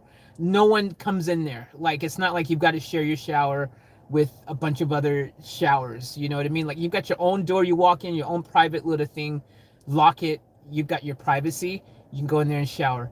They got the same with toilets. They got just individual toilets, not toilets where it's like a bunch of stalls and you've got to share with a bunch of other people. That kind of stuff sucks, right? It's gross. It's annoying when you've got to freaking do your business and you've got freaking how many other people next to you in cubicles and crap like that. Like, that's not fun. But, and I remember fitness, what's the other one? Just like this woman's freaking gym, Fernwood. I think that's what it is. And that one sucked. The one, I don't know if all their freaking ones are like that, but the one I went to really freaking sucked because like it had freaking like cubicles. You felt you was in freaking high school or something, right? Like or some gym, some state gym, and it's like got the freaking cubicles where your legs and your head, like people could see who's kind of in there, kind of like almost like a jail. Like you feel like imprisoned or something. I don't know. It's like it's not the most private feeling, and I think that's one of the things. Because you know, if you're living this life, you still want to have a sense of privacy. You still want to have your dignity or something. You know what I mean? Your privacy, your own. I think it's important. I think that's the thing that's kind of a turnoff. And so, but Jets gyms, they all have, well, I won't say all, but all that I've seen, and I've been to pretty much probably every single one between Gold Coast and freaking Cairns. And they've got over like 300 locations in Australia around the things. So like anywhere you go, there's a Jets gym there. They're cheap. They're like the cheapest too. They're only like $25 a month, bro. Right? They're only like 12. Oh wait, no, I think they're $25 a. Wait, is it a week? It's either $25 every 2 weeks or $25 a month. They give you a free trial period and stuff as well, so you can test out and everything. But they have the most amount of privacy. They're 24 hours. You use your freaking fob. Go in. Go 2, 3, 4 in the morning. No one's there. Like, no one's there. I've gone to millions of them, from 12 in the morning till like 6. Like, no one's there, bro. So like it works really well. But for me, when COVID hit and the whole COVID situation, I didn't want to freaking go and use public facilities, right? That was my thing. That's where it became hard for me. Like I said, if it wasn't for COVID, easy peasy, dude. I'd freaking would have just stayed in my Beamer, freaking go and use the public shower and stuff in the gym, freaking take my showers, freaking go to the toilet, whatever I wanted, whenever, however, not a big deal whatsoever, man, in places like that, right? But then COVID, and it's like, for me, I'm like, nah, man, nah. I don't want to be around people. I don't want to use those type of facilities, especially when they were saying early on, they're like, oh, gyms are the worst. You don't want to go to gym during COVID. It's worse. It spreads the most there, blah, blah, blah. So, man, I was like, nah, I think I'm good. I think I don't want to go in there. I need to find another way. So I freaking ended up doing the whole freaking, like for the first week in my Beamer, figuring out a system that worked for me where I could use the toilet in my car, where I could bathe in my car, and there's not a lot of space to do any of those things in that car. So you can imagine it was not the funnest experience whatsoever. But hey, if you got to do it, you got to do it, and you make it work for you. You know what I mean? You do what you got to do. You adjust. But yeah, after that, I was like, man, as soon as I can get a freaking van, hell yeah, I'm getting a freaking van as soon as I can. And that's what I did, man. I ended up freaking trading in my Audi convertible, man, sexy car. Freaking love that car. And I freaking was like, yo, whatever it takes to get into a van, that's what I'm gonna do. So that's how we ended up with Vito here. And then everything else, man, I just learned again. I had watched some other van life videos and things here and there, and listen to a lot of what other people had said, and then realize everything they said didn't apply to me, didn't matter for me, because what was working for them wasn't something that was going to necessarily work for me. So that's what I was saying. You got to experience it for yourself and find the things that work for you.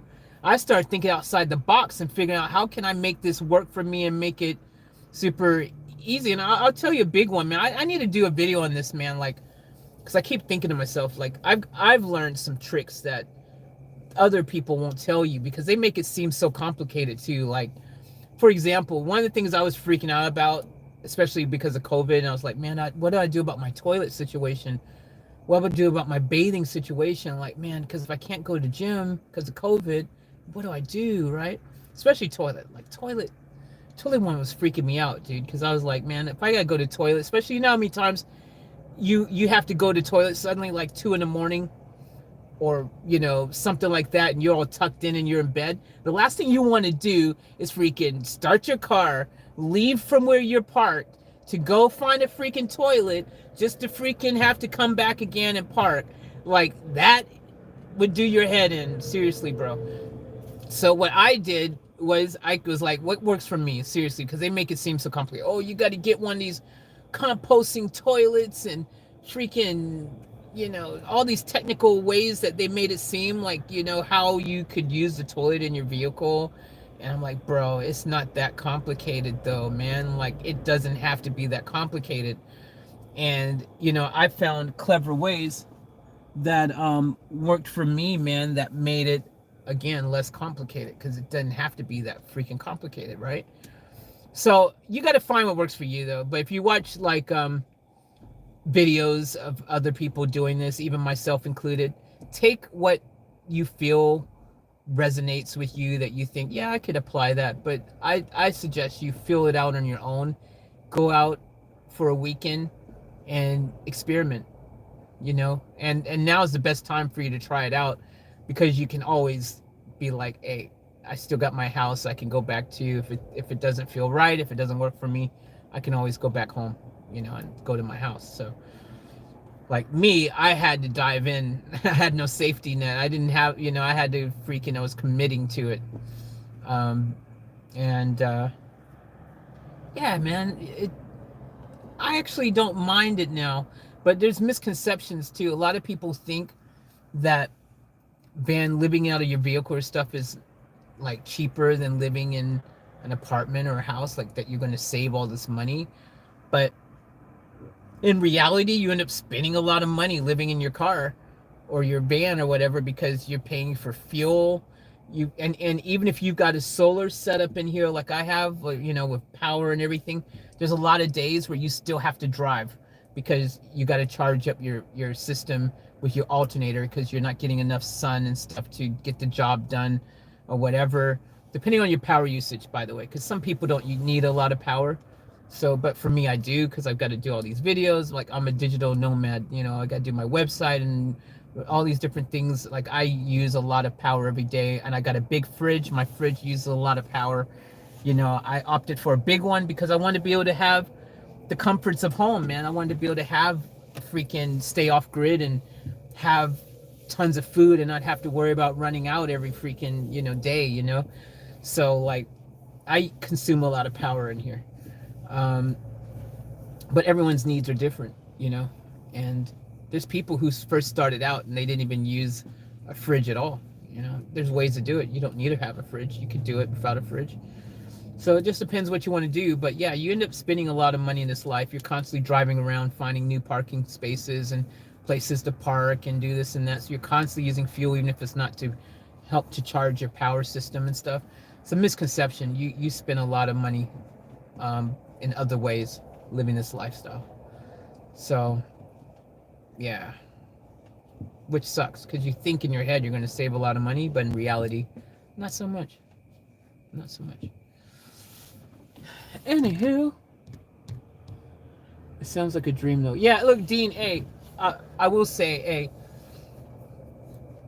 there's a lot of positives to it. That being said, if you're someone who likes the feeling of freedom, where you don't feel trapped down to the system or to society, if you like that feeling of living off grid, off the land, kind of like, even as such, like just a bit more like free bird, gypsy lifestyle, nomad lifestyle. Like if you like traveling and seeing new places, if you don't like staying put in one place too long, it's awesome. It's awesome. Like I've seen some beautiful places. I've had some awesome experiences, and yeah, it's totally dope. But don't buy into the hype when some freaking van lifers do a video and they paint it to be this perfect, like, oh, this is what I woke up to this morning. Look at the blue sky and the blue water, and oh my god, this is so amazing. And they make it seem like it's the best thing since apple pie. That's about 10% of the time, dude. The other 90%, you're living in a freaking van, bro. Like, don't freaking try to make it be anything it ain't. You're still living in a vehicle.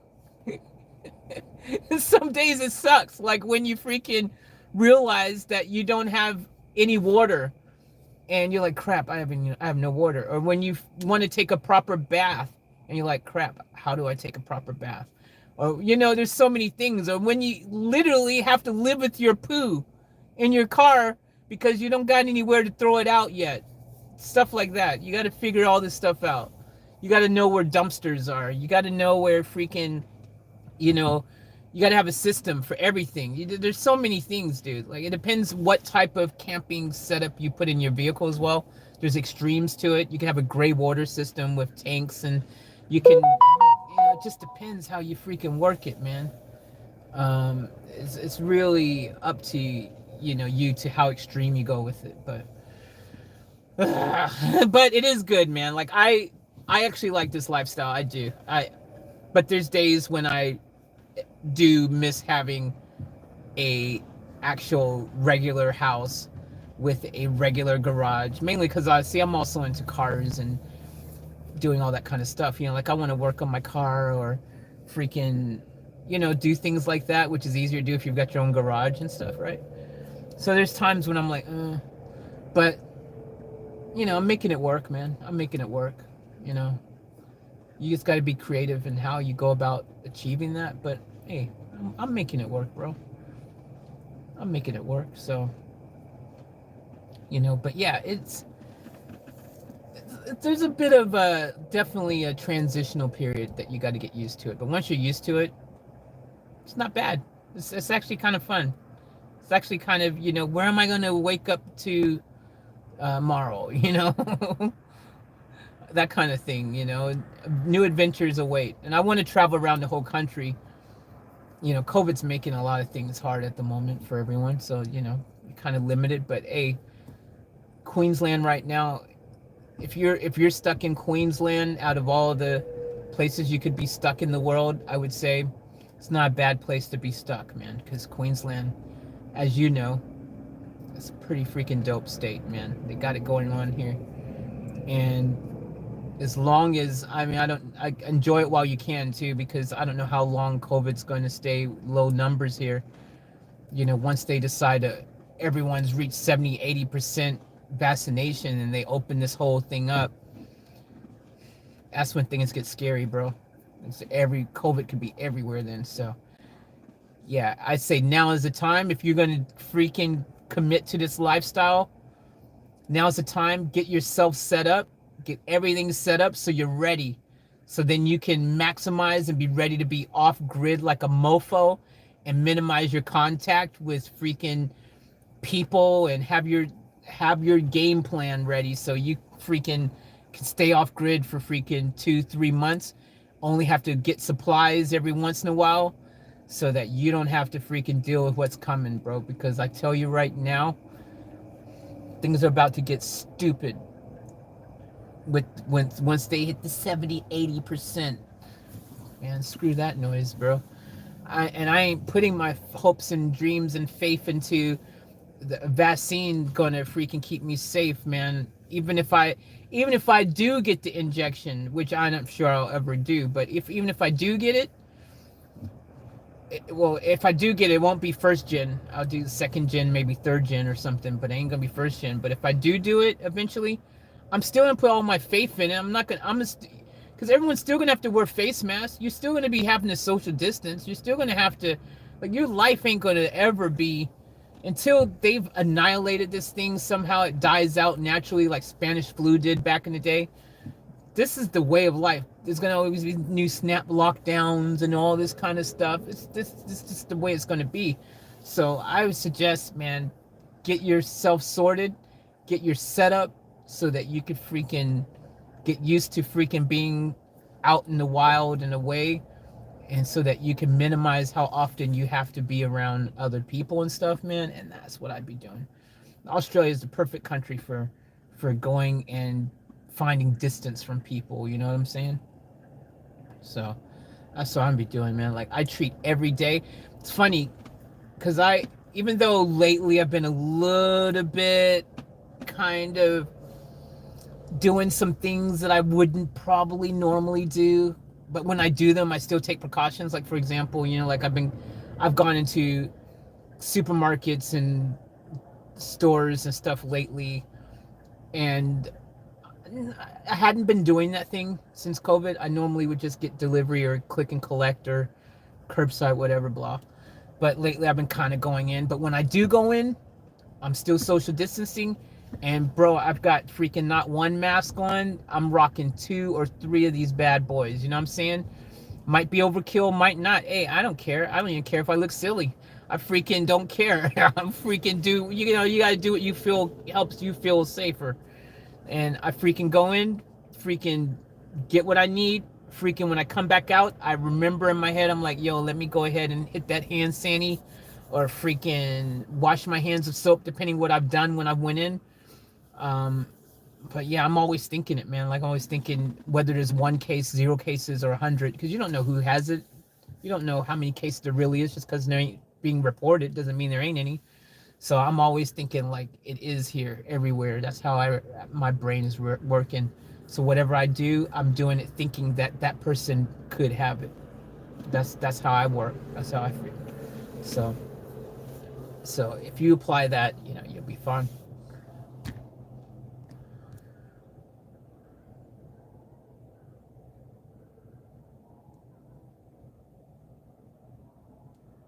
They don't say that here, man. It's a misconception. I found that out too. Put the shrimp on the Barbie, man. That that was a lie. That Crocodile Dundee thing, man. They don't even say that. They don't put shrimp on the Barbie. They don't even call them shrimp. They call them prawns.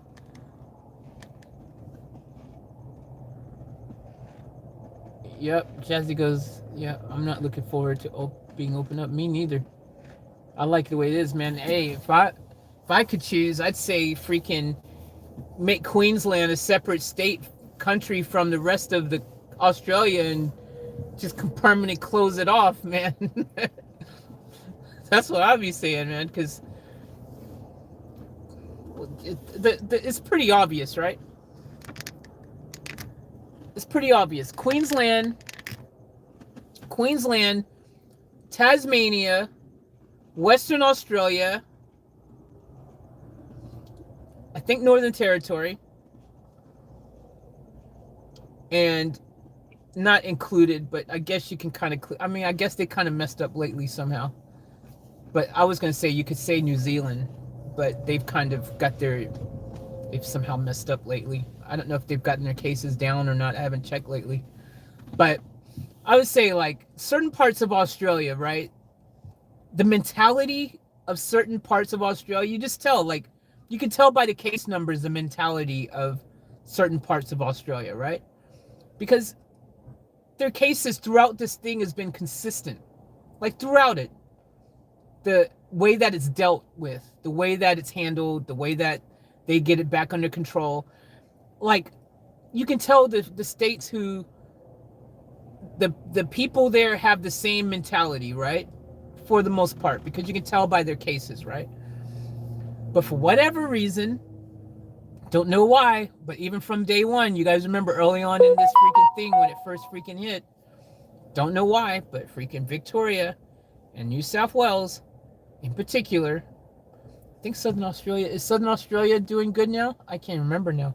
I don't know. They were doing good for a while, but let's just talk about Victoria and New South Wales, because for whatever reason, I don't know why, but New South Wales and freaking Victoria, their mentality, something is in the water. I don't know what it is, but since the very beginning, when you looked at all the cases across the country, New South Wales and freaking Victoria were always freaking from day one, like they were freaking at a horse race and wanting to freaking be number one, because seriously, there's something going on. I don't know, the mentality. You could say, oh, but they're big cities. Well, Brisbane's a big city. Brisbane's the third biggest. Western Australia fourth or Southern Australia? Which one's the fourth? I think it's, wait, is it Southern Australia bigger than Western Australia? I get mixed up now. I don't remember. Or is it Northern Territory? Freaking, I don't know. But I just know 1, 2, 3. You got your main three. Freaking Sydney, Melbourne, Brisbane. You tell me, man. Every single time. And it's like they've given up. That's what's actually more annoying. I don't know if you guys notice this, man. I feel like literally New South Wales and freaking Victoria just decided to just give up. They're like, nah, screw it. We're just going to give up. Let's just freaking stop. Whatever. It's inevitable. We're just going to freaking give up. Meanwhile, I feel there's a different energy or attitude, in particular Queensland and Western Australia. Like, there's a different attitude, bro. It's like, why would we want to take a step back and have less freedoms? That's the reality, right? The premier was saying it. She was like, yo, right now Queensland has more freedoms than Victoria and New South Wales will have after they reach their 80% and blah blah blah blah. Why would you want to open your borders to that and have the added risk of lack of freedoms, less freedoms, more chance of catching the disease, more chance of dying from disease, getting sick from it, etc., etc.? Who would want to do that? Go back that way, right? Like, I just feel like, I just think everyone messed up on this planet, right? Because this thing could have been dead and gone anyways. They could have literally freaking, if people weren't so freaking selfish, this thing would have been gone. It can die, dude. The virus can be dead. If you would freaking let it die, stop giving it life. It lives because people are letting it live. They're helping it live. Freaking hard lockdown when it first happened. Hard lockdown. If you don't do it, you're arrested. Put them in jail. Then you're forced to lock down, right? If you don't freaking follow the rules, throw them in a cell. You can't leave then. You'll lock down. That'll keep you freaking stationary. Freaking hard lockdown. If everyone did the right thing, stayed home, didn't see anyone for freaking 4 weeks, and literally did the right thing, every single person, because it only takes one idiot to ruin it. But if everyone did that, guess what? This thing would be dead. It has a shelf life. It can't live forever. It would literally die.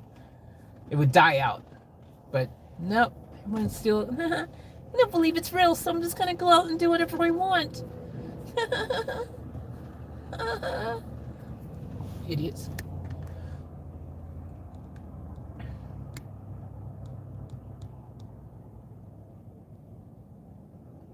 We messed up this planet too much already. We are already doomed, but I'll enjoy what days I have left. Yep, data, right? Dingoes, I wonder what restrictions they'll make if they want booster shots. Who knows, man? It's mental. I don't know.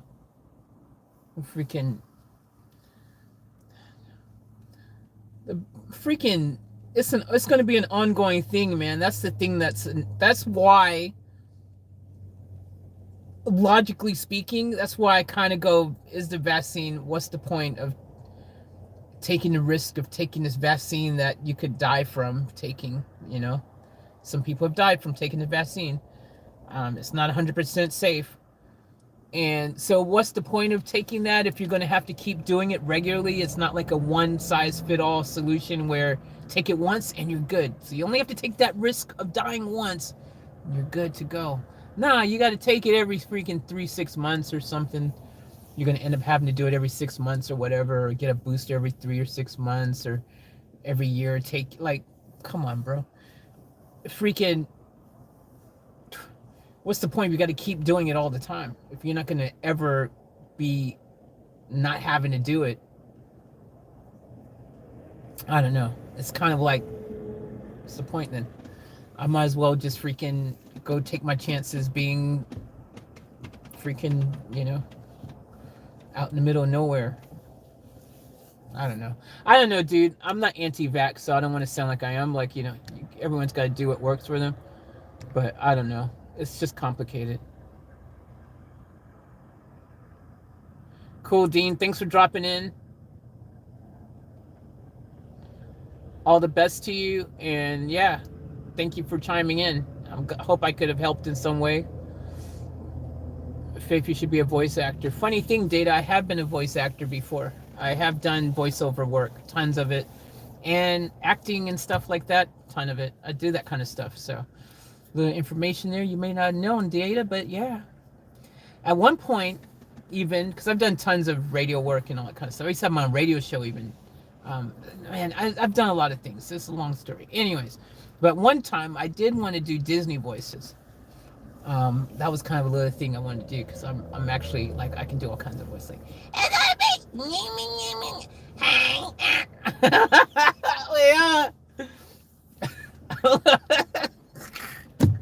I just started doing voices. I got really good voices, but yeah, anyways, I can do many voices. Forget it. I'm not in voice mode. It's raining. Great. That's what I was worried about. Now it's raining and I can't cook. It's raining, boys and girls. It is freaking raining. Hot damn. I knew it would happen. Okay. It's raining.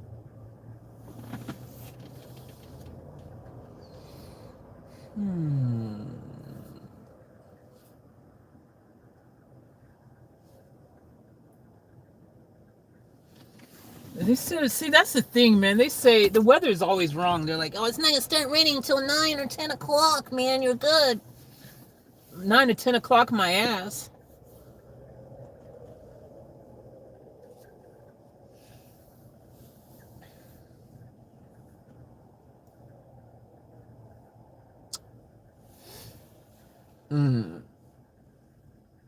What should I do? I don't know if it's going to rain harder or what. So that's the thing. I found, like, I know good places where I can park further up north if it rains. Ironically, I know places where I can park further up north that are covered. So when it rains, I'm like, I'm good. Hey, I can go over here. But down here, ironically, I've not found the magical great places to park and cook.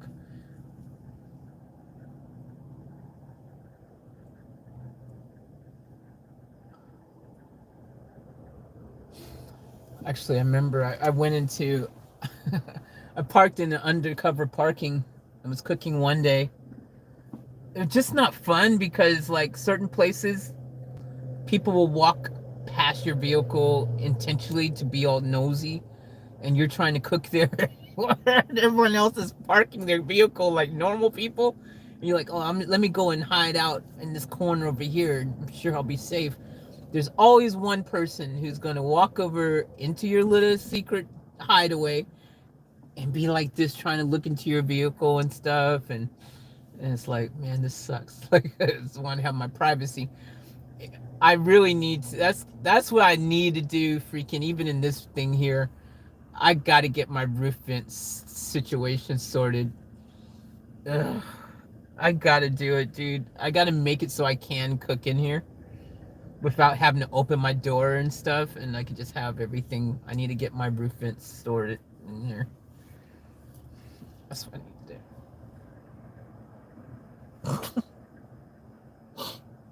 It's crazy. Oh my gosh, it's so crazy.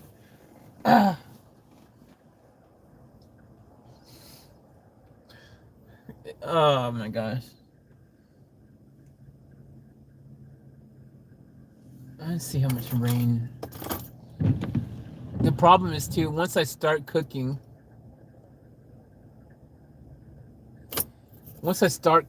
it's hard to move and drive and change location because I've got the grill out and the food and things, and don't want to be like that. Y'all heard about that dude in the news? I'm not laughing at him. It's sad. It's, he could have died, and so it was, but it was kind of pretty obvious that that was dumb what he did, and there could have been a better solution. Like, I don't know, bro. If you're gonna do that, put all your windows down at least.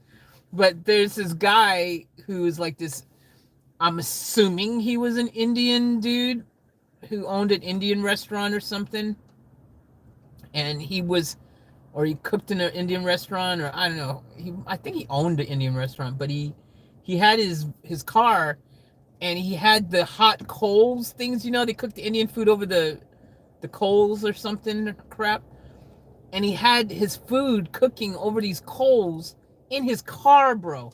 That's fine if you're parked and you've got your windows and doors open and crap, so that it's ventilated. But this guy must have been driving with his windows up and completely shut and cooking that without having proper ventilation, because apparently, allegedly, he ended up unconscious, and he ended up crashing into a building or something, and our house or something, allegedly.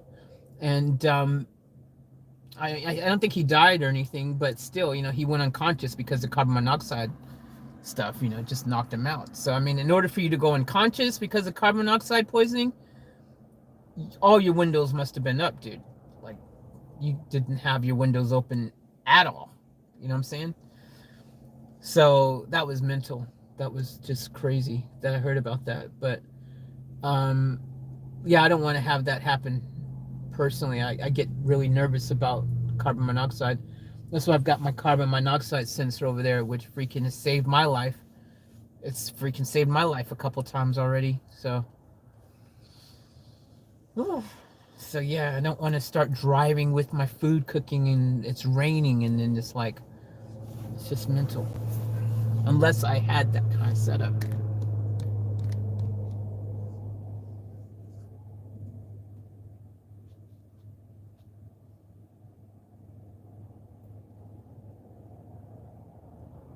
Can you do impersonations? Yeah, Data. I used to could do a couple really good ones. Were my good ones. I'm a little bit out of practice, but let's see what we can do here. First, let me put this mask over this little window hole here. I've been using these to create a little privacy. These extra ones. There we go. All right, so Scooby, Scooby Doo, Shaggy, where are you? Yeah, cappuccino in my bottle. Yeah, hey, Beavis. Hey, Kermit, he's getting over there.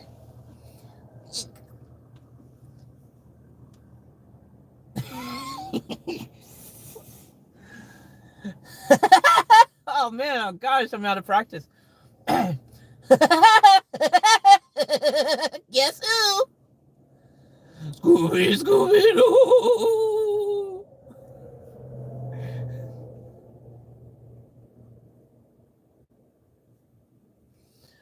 I did a good Trump one day. I was on point with it. It'll be nice. It'll be really good. I did a really good Trump one day. I was surprised how good I was doing it, but I haven't practiced. Anyways, whatever.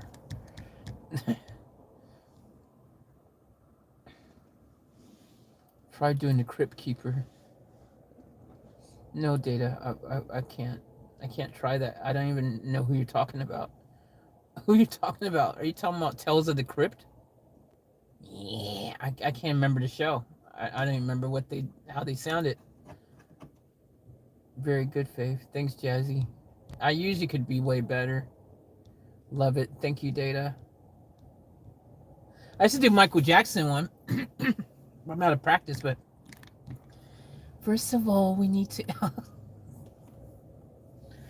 My. Okay, forget it. I'm not in the right. But I can. But I can't. But I can. Tales from the Crypt host. Your Beavis sounded very close. I was better at it, Data. I used to be. I used to have Beavis and Butthead, Scooby Doo, Woody Woodpecker, Michael Jackson. Um, who else did I have dialed in? Like I had it dialed in. Like I was really good at it. Um, like some of my best impersonations though are like of not real. I used to do Eddie Murphy. I could do Eddie Murphy's laugh really well back in the day.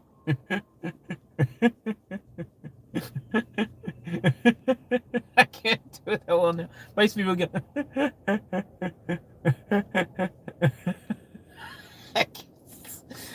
Anyways, I used to have all these things dialed in really well. I could do Mickey Mouse and a few of them, Donald Duck or something, but I'm out of practice, man. I really haven't practiced voices in a while.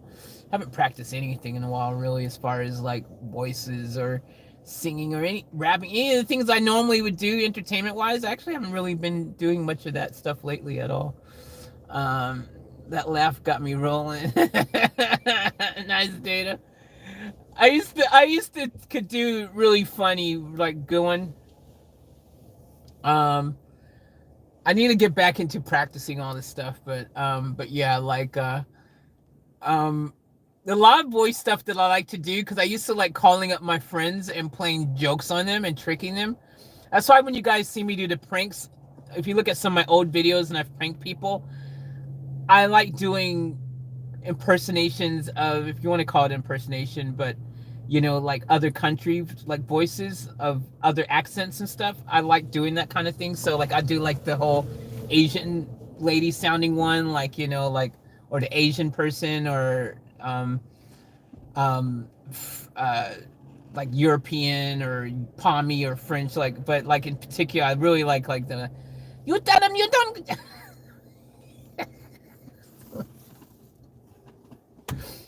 I don't know why you say to me. You don't, why you wanna tell me like that? Don't say to me like that. I don't know.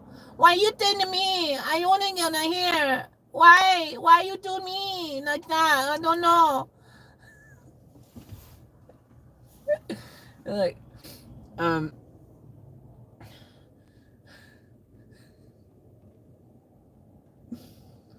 uh, forget it. But yeah, I do like to do stuff like that. If I'd call up people and play jokes on them and pranks and be like, pretend like I'm. Yes, hello. I did one on my friend and they literally thought it was a little kid. And I was like, my hello.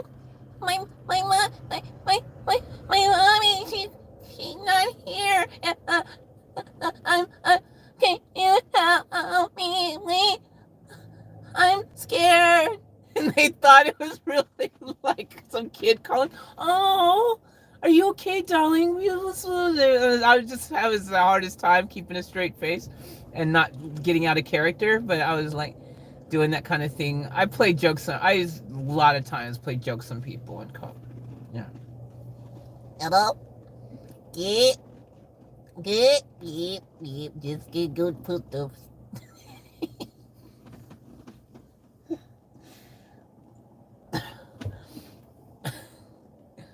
What about Aussie?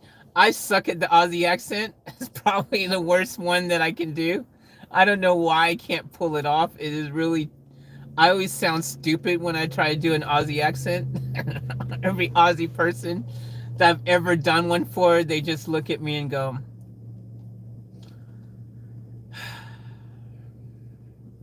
shake their head in disgust. Moving on now. Well, because I was like, Hey, mate. Bloody oath, mate. Little shrimp on the Barbie, mate. Bloody oath. Crocky, mate. Oh. Yeah, mate. Ah, mate, you can't park there, mate. you call. I'm gonna stop because all my Aussie fans and friends out there are going to hate me. So your impersonation, is that how you really think we sound?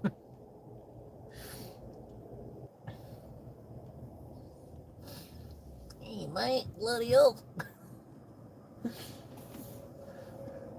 I always sound like cartoon character. I don't know why. Whenever I do Aussie accent, I somehow decide that Aussies sound like cartoon accent. Characters. It's really weird. Um, it's like, Hey, mate. Hey, mate.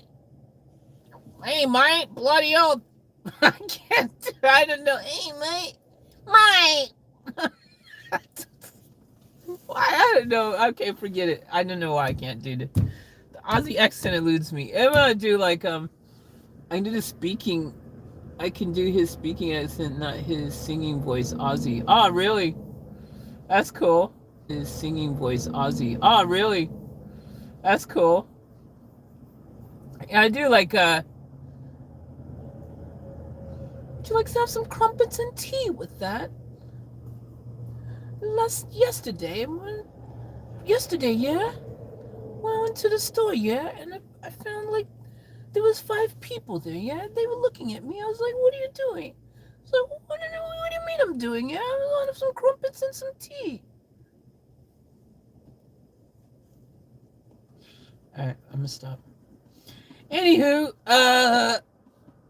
this video has become weird.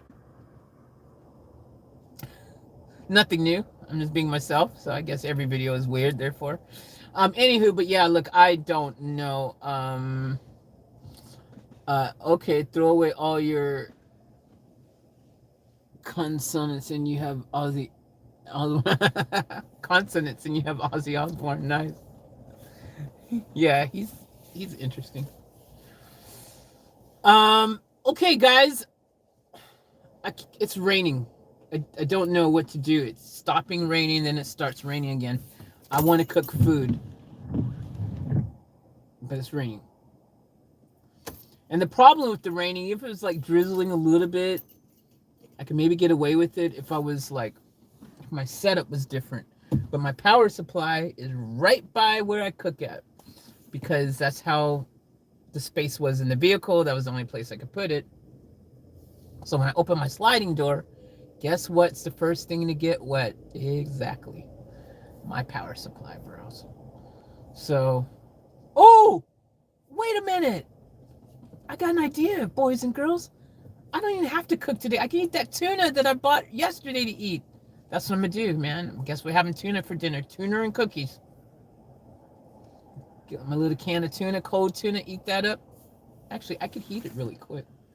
That wouldn't take long to heat up. I really wanted some vegetables, though, man. I have my heart set on vegetables.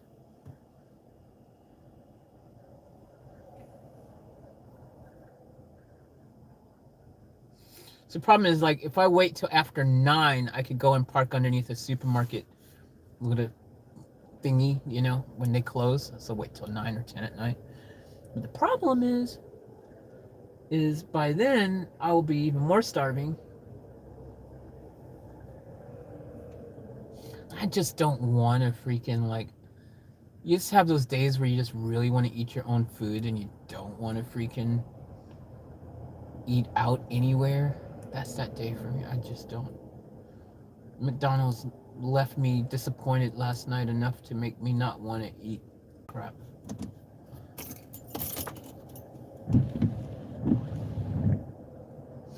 And the thing is, It wasn't disappointing because it was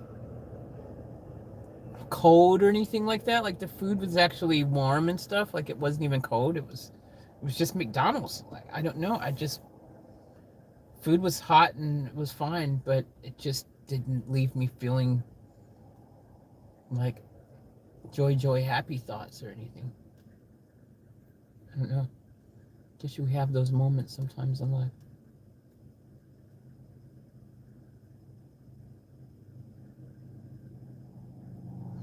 I need to buy more stuff that I can eat like at moments like this when it's raining.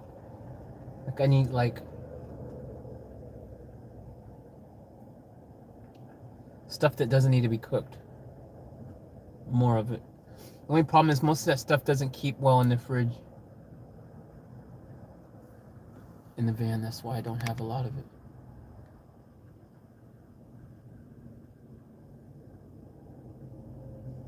What are you talking about, Jazzy?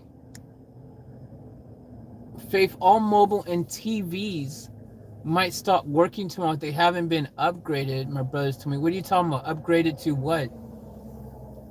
What are you upgrading your TVs and your mobiles to?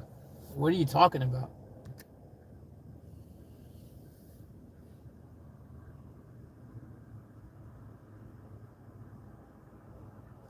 Yeah, exactly, Data. That's what they said in year 2000. All those computers and stuff were gonna stop working. Y2K or something. Did that happen? Nope.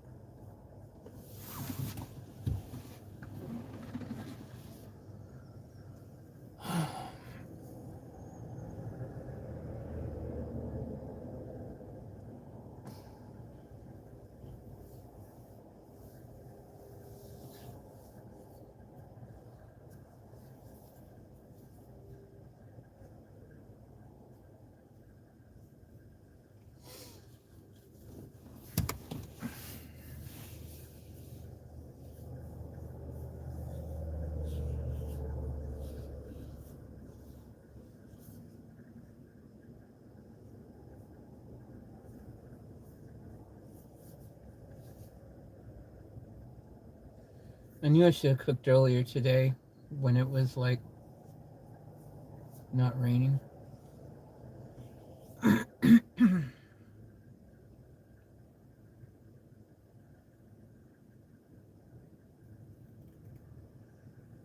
But I would have still ended up being hungry now, and that's the problem. I could have cooked, and then later I would have been like, oh man, I'm still hungry.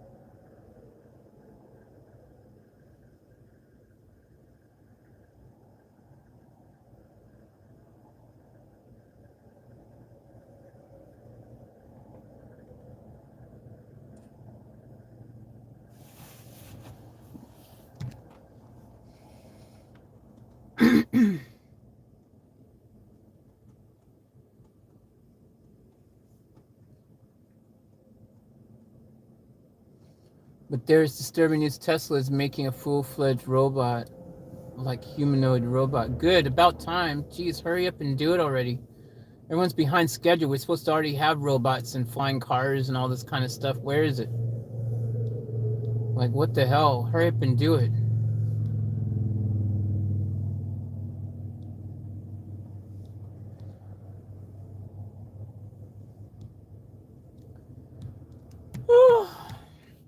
Faith, I cannot wait to see a reaction flow.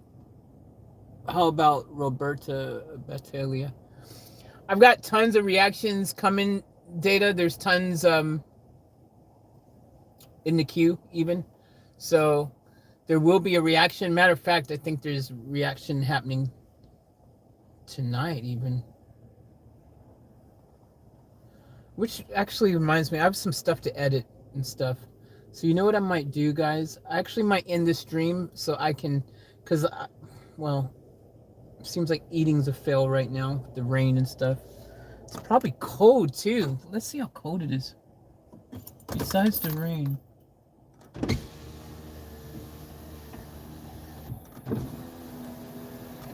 Yep, rain and cold.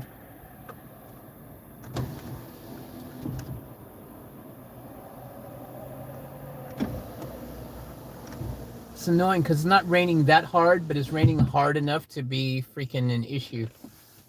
If it hits my power supply, you know. So, all right, it's been decided. So, yo, I'm gonna end this video. Let me go ahead and get this freaking videos. I got stuff to edit and stuff like that. Obviously, I'm not gonna be cooking now, so there's that. So I'm just gonna freaking go ahead and end this video. We've been on here for like 4 hours anyways. And what I'm gonna do is get some videos to you. Look out for the next 5-6 hours. I'll have something drop for you guys, all right? So that's what we'll do. That's what I'm gonna do. That's what I'm gonna be doing, man. So let's go ahead and freaking call it on this one. I'll chat to you guys in the next video. There will be a video premiering within the next 5 or 6 hours. Look out for it. And tomorrow I will be live streaming as well. Hopefully it ain't raining and we can get an early start and be very productive. Hopefully it's not raining. I hope it's not raining. Thanks for everything, Fave. Goodbye to you and Jez. Thanks, Data. Appreciate the kudos and the love and support from all of you. Thank each and every one of you. You guys rock. Best family on the tube. Lots of content coming. Keep it locked and loaded. I love you guys. As always, remember to live each moment to the fullest and to keep it off tap. Off tap.